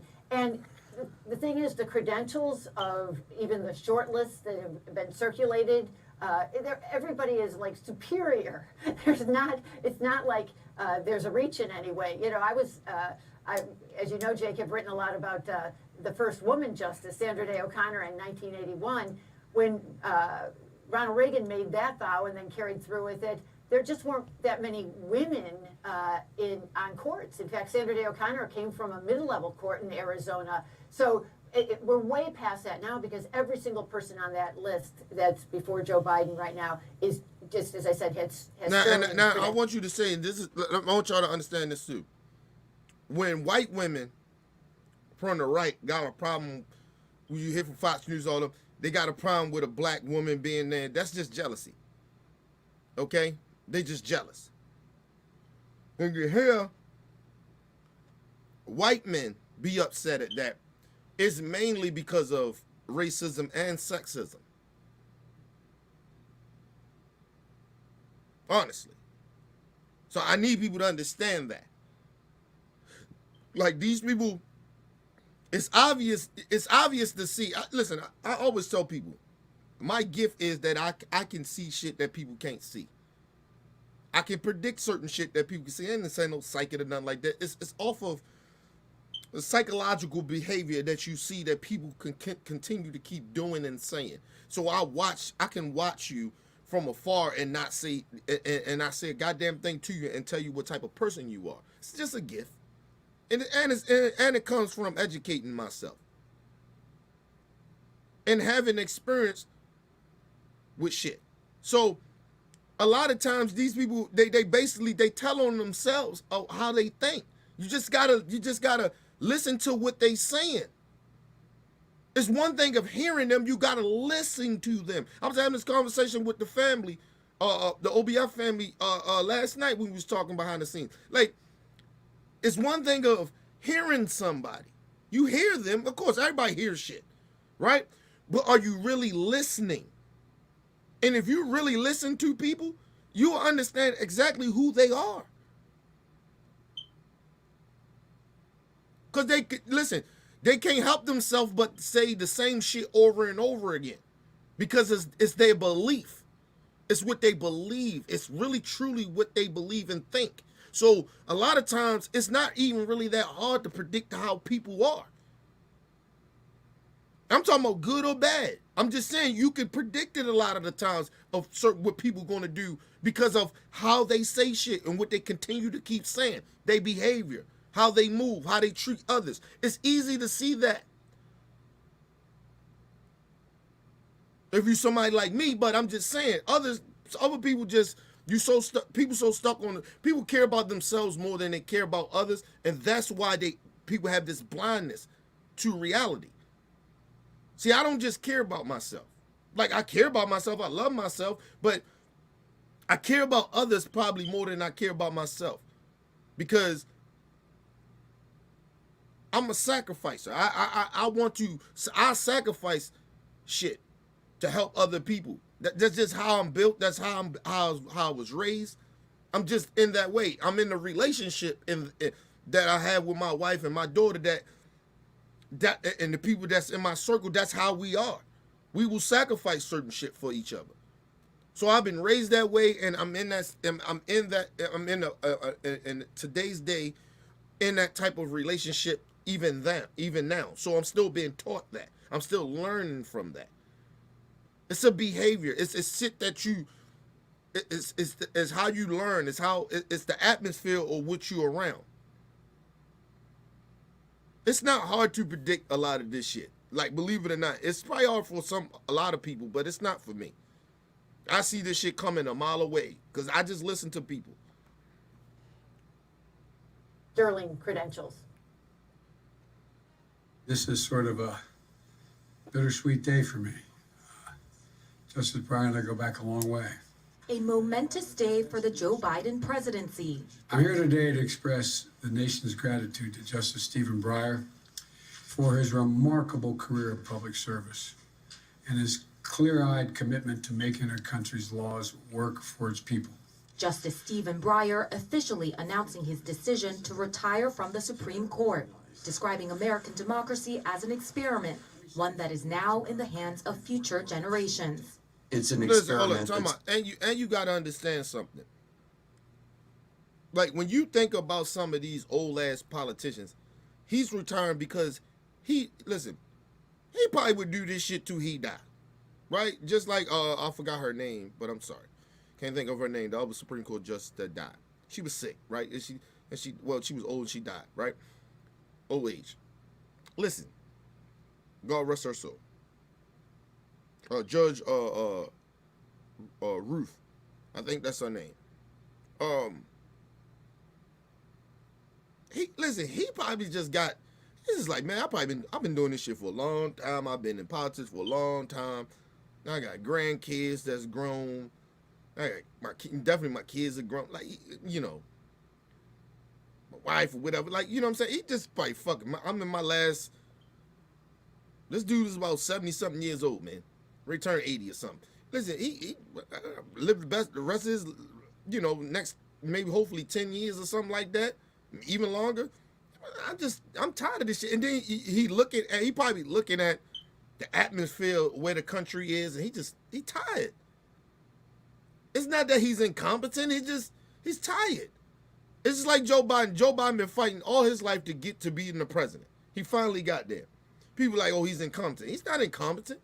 He just got an ideology, and he got a certain principles that he been living by all his life, and it's a habit that he can't get out of his way. He's out of touch. But Joe Biden is who Joe Biden is. Joe Biden, what you see of Joe Biden, he been this way in politics all his life, all his politician life. So it's not nothing different. He's not incompetent. He's doing the same shit that he would do 5 years ago, 10 years ago, 20 years ago, 30 years ago. It's not incompetent. He's a little slower than he used to be. Yeah, he old. So remember what I'm talking about, he incompetent. He's not incompetent. He knows exactly what he's doing. He might not be as sharp as he used to be. He old.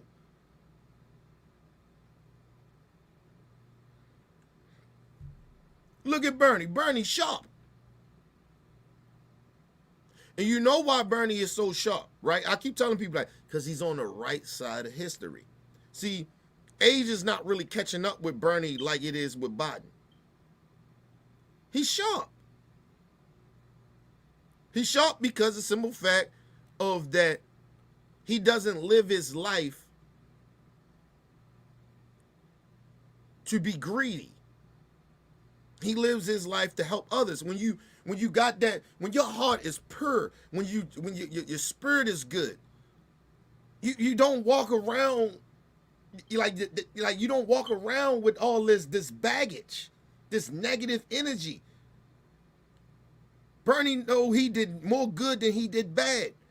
When you walk around in life like that, it's I always tell people it's like how I feel. Like I feel free. I don't really feel like I owe anybody nothing. I do what I do, or I look out for people, or whatever I do is because of the kindness of my heart. Is who I am. I don't walk around with this stress level. I don't walk around with like I owe people something. I walk around like, yo, I need to help people.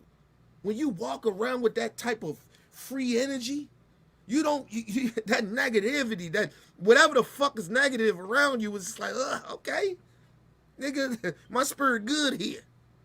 You get what I mean? My good spirit, or my aura, or whatever, blocks that shit. I got an aura around me. It's like, damn, I can't think of it right now, but it's like it's like you got like it's like having a bulletproof vest on or something, like a bulletproof car with motherfuckers shooting at your shit. You know what I mean? And it's just bouncing off of you because I got the aura around me that's good. I ain't worrying about that shit. I pay attention to it and I try to do the best that I can do as a person. But all that other extra shit, I don't really give a fuck about. I care. I think about it. I see it. But it doesn't affect me like that. I don't let people bad energy, they bad spirit affect my shit. At least I try not to. But I know my spirit is good. I know my intentions is good. So I don't walk around with this heavy weight on me. That's why, listen, you look at the difference between Biden and motherfucking Bernie. Bernie still out there, he still can speak. He good. He seemed like he understand what's really going on. He ain't slurring and none of that shit. Biden look beat up half of the time. Biden looked like he just need to just live his best life and just go off somewhere. Bernie still look like he still got fight in him. Trying to tell y'all, man. I told you I ain't a religious person like that, but I'm a spiritual type person. Just trying to tell you. Experiment that's still going on. And I'll tell you something. You know who will see whether that experiment works? It's you, my friend. It's you, Mr. High School student. It's you, Mr. College student. It's you, Mr. Law School students. It's us, but it's you. It's that next generation. And the one after that. My grandchildren. Listen, he's saying it. And that's what I'll be trying to get everybody. He understands that. I think that's why he's probably retiring. Because he's probably in the space of, I did all I could do. Only can do so much. I'm only a man. And he at the end of his life, and he like, I'm just going, I did all I can do. Like, when you old like that, man, listen, like, I don't expect my grandma to be out here marching and shit, giving a fuck about what's going on in modern day. Why?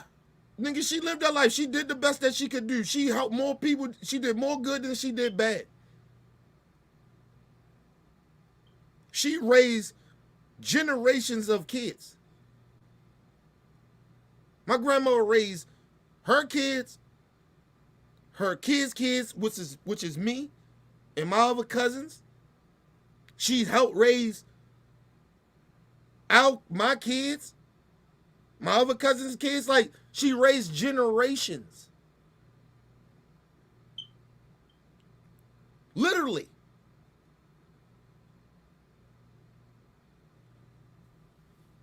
Expect my grandmother to give a fuck about what the fuck I care about right now? She did her part. I had to understand something that my grandmother said to me. I wanted to, like, because, you know, my grandma Dominican and shit, right? So the culture is different there, right? So, and she was raised, old school, right? Listen, times was difficult. She'd been through segregation and all that shit. Listen, I called my grandma on her birthday. And my grandma, I trying to tell her, that side of that family is not lovey-dovey like that. They not like my mom's side of the family, right? This is my dad's side of the family. And they not like that. And so they're not lovey-dovey. They don't tell each other they love them and shit like that. But it's more of actions than speaking. you know what I mean, on that side of the family. You show that you love on that side of the family. On the opposite side of the family, on my mom's side of the family, it's more about telling people how you care and love them. On that side, they need to hear that. On my dad's side of the family, it's not like that, right? They need action. Get what I mean? To show you that you give a fuck, right? So that's why I think I'm balanced in a way. I know how to balance shit, right? Even just emotions and shit, right? I know how to balance it, right? And I call my girl, tell her, hey, tell her all you did for me, love you, blah, blah, blah. My girl wasn't trying to hear none of that shit. I took it personal at the time, right? What the fuck? I ain't trying to hear that. Listen, I'm trying to get back to my party, nigga. Like, but I was offended by it at first, right? I was, what the fuck? I'm just trying to give you your roses. My grandma not built like that. And nigga, she don't need me to tell her that. What I do for her and, you know, shit like that shows her. I had to understand that. She not built like me. She not built like a lot of us. They old school. They different. They didn't need that. They didn't grow up that way. So they don't need my telling them how much they love me, care about them. Action show. And I had to understand that. I took it personal, but I got over it. It's over. That's my grandma. She helped raise me. She was a big part of who I am now. I think me being good and successful and being in a good place, she felt like she did her part. So a lot of times when you see some of these old folks, they out of touch, but it's for a reason.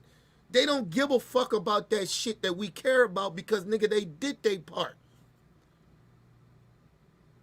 Real talk. Doesn't mean they horrible people. They just out of touch. They don't give a fuck about that shit, nigga. They old. And I had to understand that as well. But my grandma, she didn't give a fuck about what I'm talking about, nigga. All right. What my birthday gift? You get what I'm saying, nigga? Like, she old, nigga. My grandma like 85 years old, bro. The fuck? I know you love me, nigga. Whatever. Where's my gift? Salute to my grandma, man. Her birthday get ready to come up this year, man. I think she be 86. I think she be 86 or 87. I'm sorry. I could be wrong about that. I ain't good with people's birthdays, people.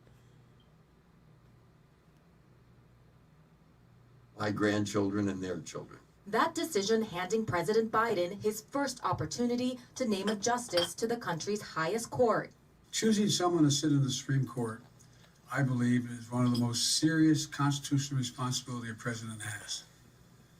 Our process is going to be rigorous. I will select a nominee worthy of Justice Breyer's legacy of excellence and decency. The president publicly confirming that he will uphold a major promise he made during the 2020 campaign. I've made no decision except one. The person I will nominate will be someone with extraordinary qualifications, character, experience, and integrity. And that person will be the first black woman ever nominated to the United States Supreme Court. And that's basically, he did promise that. He said that's the one thing he promised. He did promise all those things.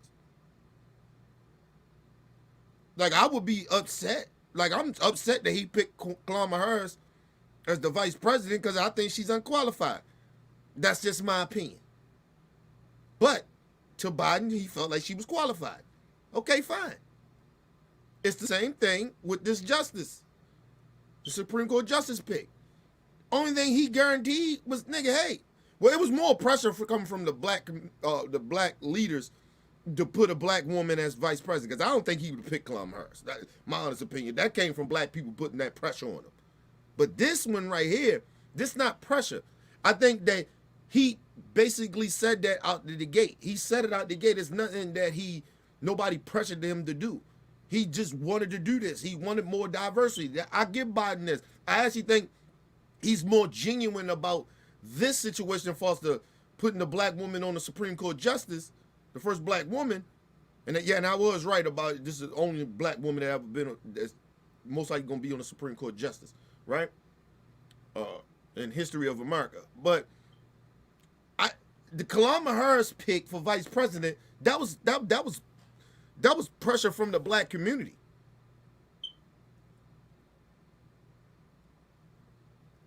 Because he didn't have to pick her. We didn't, I ain't gonna say we didn't, all of us didn't want her.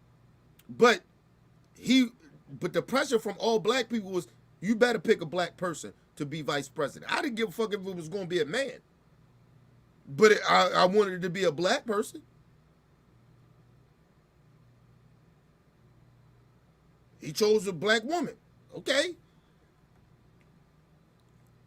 I'm not mad at that, but I'm mad at, because to me, she's incompetent. I ain't gonna say incompetent, she's unqualified to me. She's a photo op, and he got pressure to do that. But, you know, it is as it is. That's a whole nother debate. It's long overdue in my view. The pressure to choose a black woman going back months. Congressman Jim Clyburn urging the White House to consider a judge hailing from South Carolina, a state key to Biden winning the 2020 primary. The fact of the matter is, I have been discussing Michelle Childs with the president and his people now for, I guess, at least 13 months. Biden also now mind you, he may have, Clyburn got power. You gotta give him that. I give him that. He got power. He got some sway, nigga. I give him that. But he gonna pick some old coon ass bitch, most likely get up there and buck dance. Like, you don't need that. You need somebody that's gonna get up there and fight for the people. We don't need nobody up there that's gonna buck dance. That's why I don't trust Clyburn. I don't trust his pick. Fuck out of here with that shit. Don't pick him shit, Joe. I'll tell you that. An informal deadline, the end of February, for choosing his nominee. After that, Senate Democrats No, mind you know, I ain't gonna lie. It's good to see this, right? Because I don't think Joe Biden is a horrible person. I just think that ideology we different on. But I'm watching this shit and I'm seeing, you know how they lead the press conferences and shit, and they open the door, whatever, right? And it uses somebody opening the door for the president.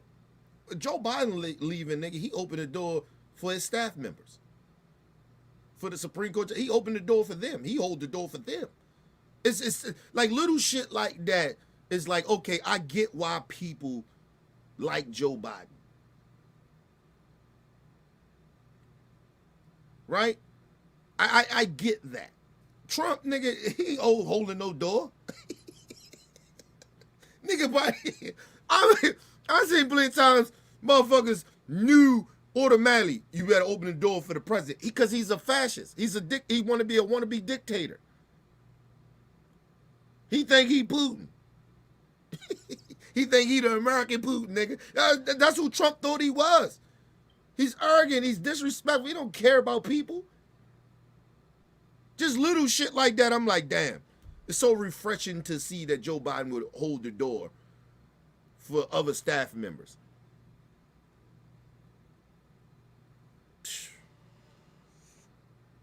I give Biden his props. Shout out to Biden for that, man. That's just refreshing to see. I'm just sorry. People probably get a little upset at me for saying that, but hey, it is what it is. It's just little shit like that, man. Little being kind and being respectful to others, it means a lot to me.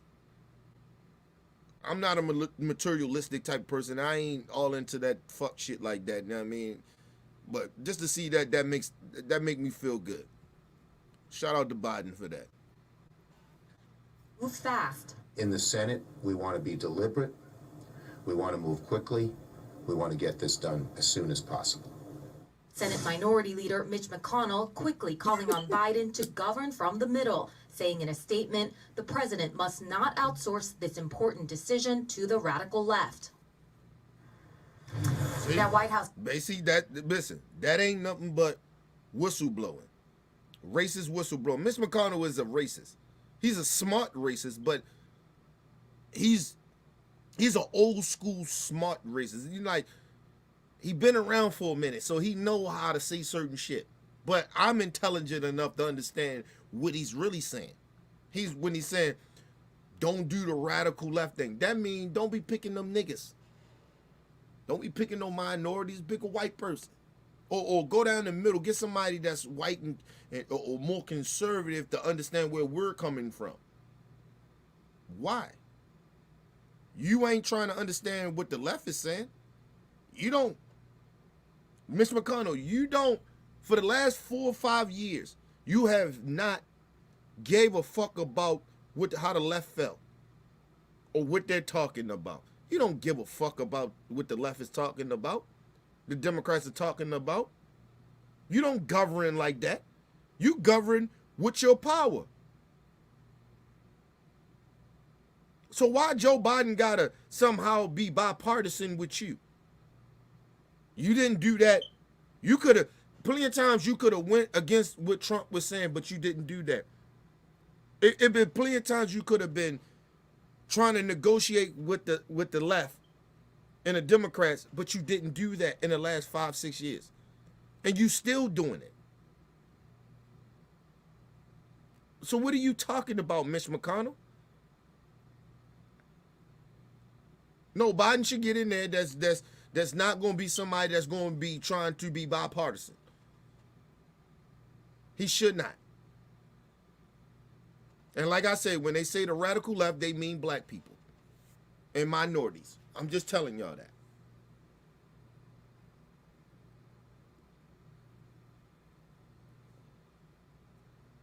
See, because a lot of black folks, a very high percentage of us, and a lot of minority people, we trying to make America diverse, where all of us feel comfortable, we all one. We're all our different cultures. That's what we want. Mitch McConnell don't look at the country that way. He's an old school racist. He's an old school in a closet racist. I need people to understand that. So when he say radical left, he's just talking about minorities and black people. That's all he's talking about. When you hear any of them say that, that's all that means.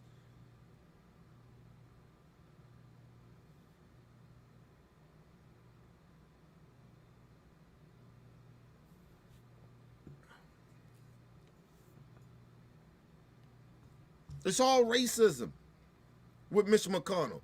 He's just good at he's good at saying shit that's racist. That don't come off as racist. He's good at doing that. But I've been watching and studying, knowing the history of Mitch McConnell. Mitch McConnell is a bona fide racist. He's just he's good at being racist without coming off as racist. Sometimes. If you're not educated, you don't know who Mitch McConnell is. Just because he fucked with the Chinese woman. Man, come on, man. Whatever, man. Listen, we all know Chinese people are very racist. Some of them. I'm not saying all of them, but a lot of them are racist. They got the same color skin as these white folks. Some of them, not all of them. Koreans, they racist. A lot of them are racist. So it didn't shock me he got with some Korean woman. That just, to me, that's a photo op to me. My opinion. Just telling y'all. And it's facts too. Like, don't let Mitch McConnell fool you. He is a bona fide racist. Him and his wife. Now, White House Press Secretary Jen Psaki just responded to that statement from Mitch McConnell, saying that we've not even put out a single name. We don't have an official list, so it might be too early for Republicans to be talking about radical anything. She also reiterated that President Biden that's why that comes down to racism. If you smart enough and educated enough to understand shit, they never said who they was picking. Only thing they said was that they picking the black person, black woman. That's radical. How's that radical? Ask yourselves that. Why are they so got their panties in the bunch about him saying, look, I'm only picking the black woman? Instead of them saying, they really want to say, Mitch McConnell want to say, don't pick them niggas. Don't pick no nigga bitch. That's basically what he's trying to say. But He can't say that because he, like I told you, he is smart racist. So he said the radical left. So black people, we the radical left now. First of all, I ain't radical about nothing. And I'm not a left. I never said I was a Democrat.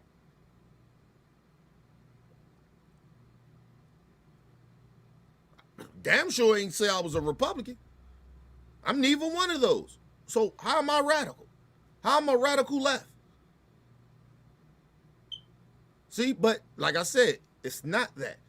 Talk about blacks and minority people. That's all they talking about. Talking about black people and minority people. That's all they talking about. That's what that means. That radical shit. Mitch McConnell and some of these people are very smart of saying that they're not directly just calling black people niggas or those Mexicans or those, you know, them others.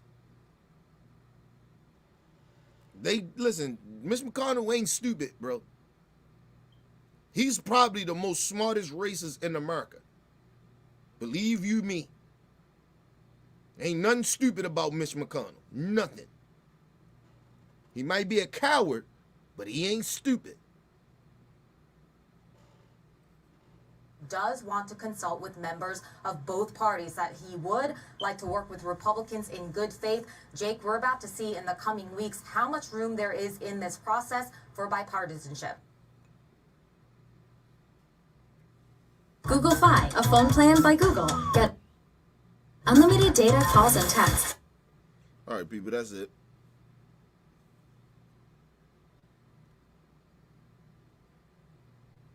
I'm going to try to get the squad up in here. We can talk about some of these issues.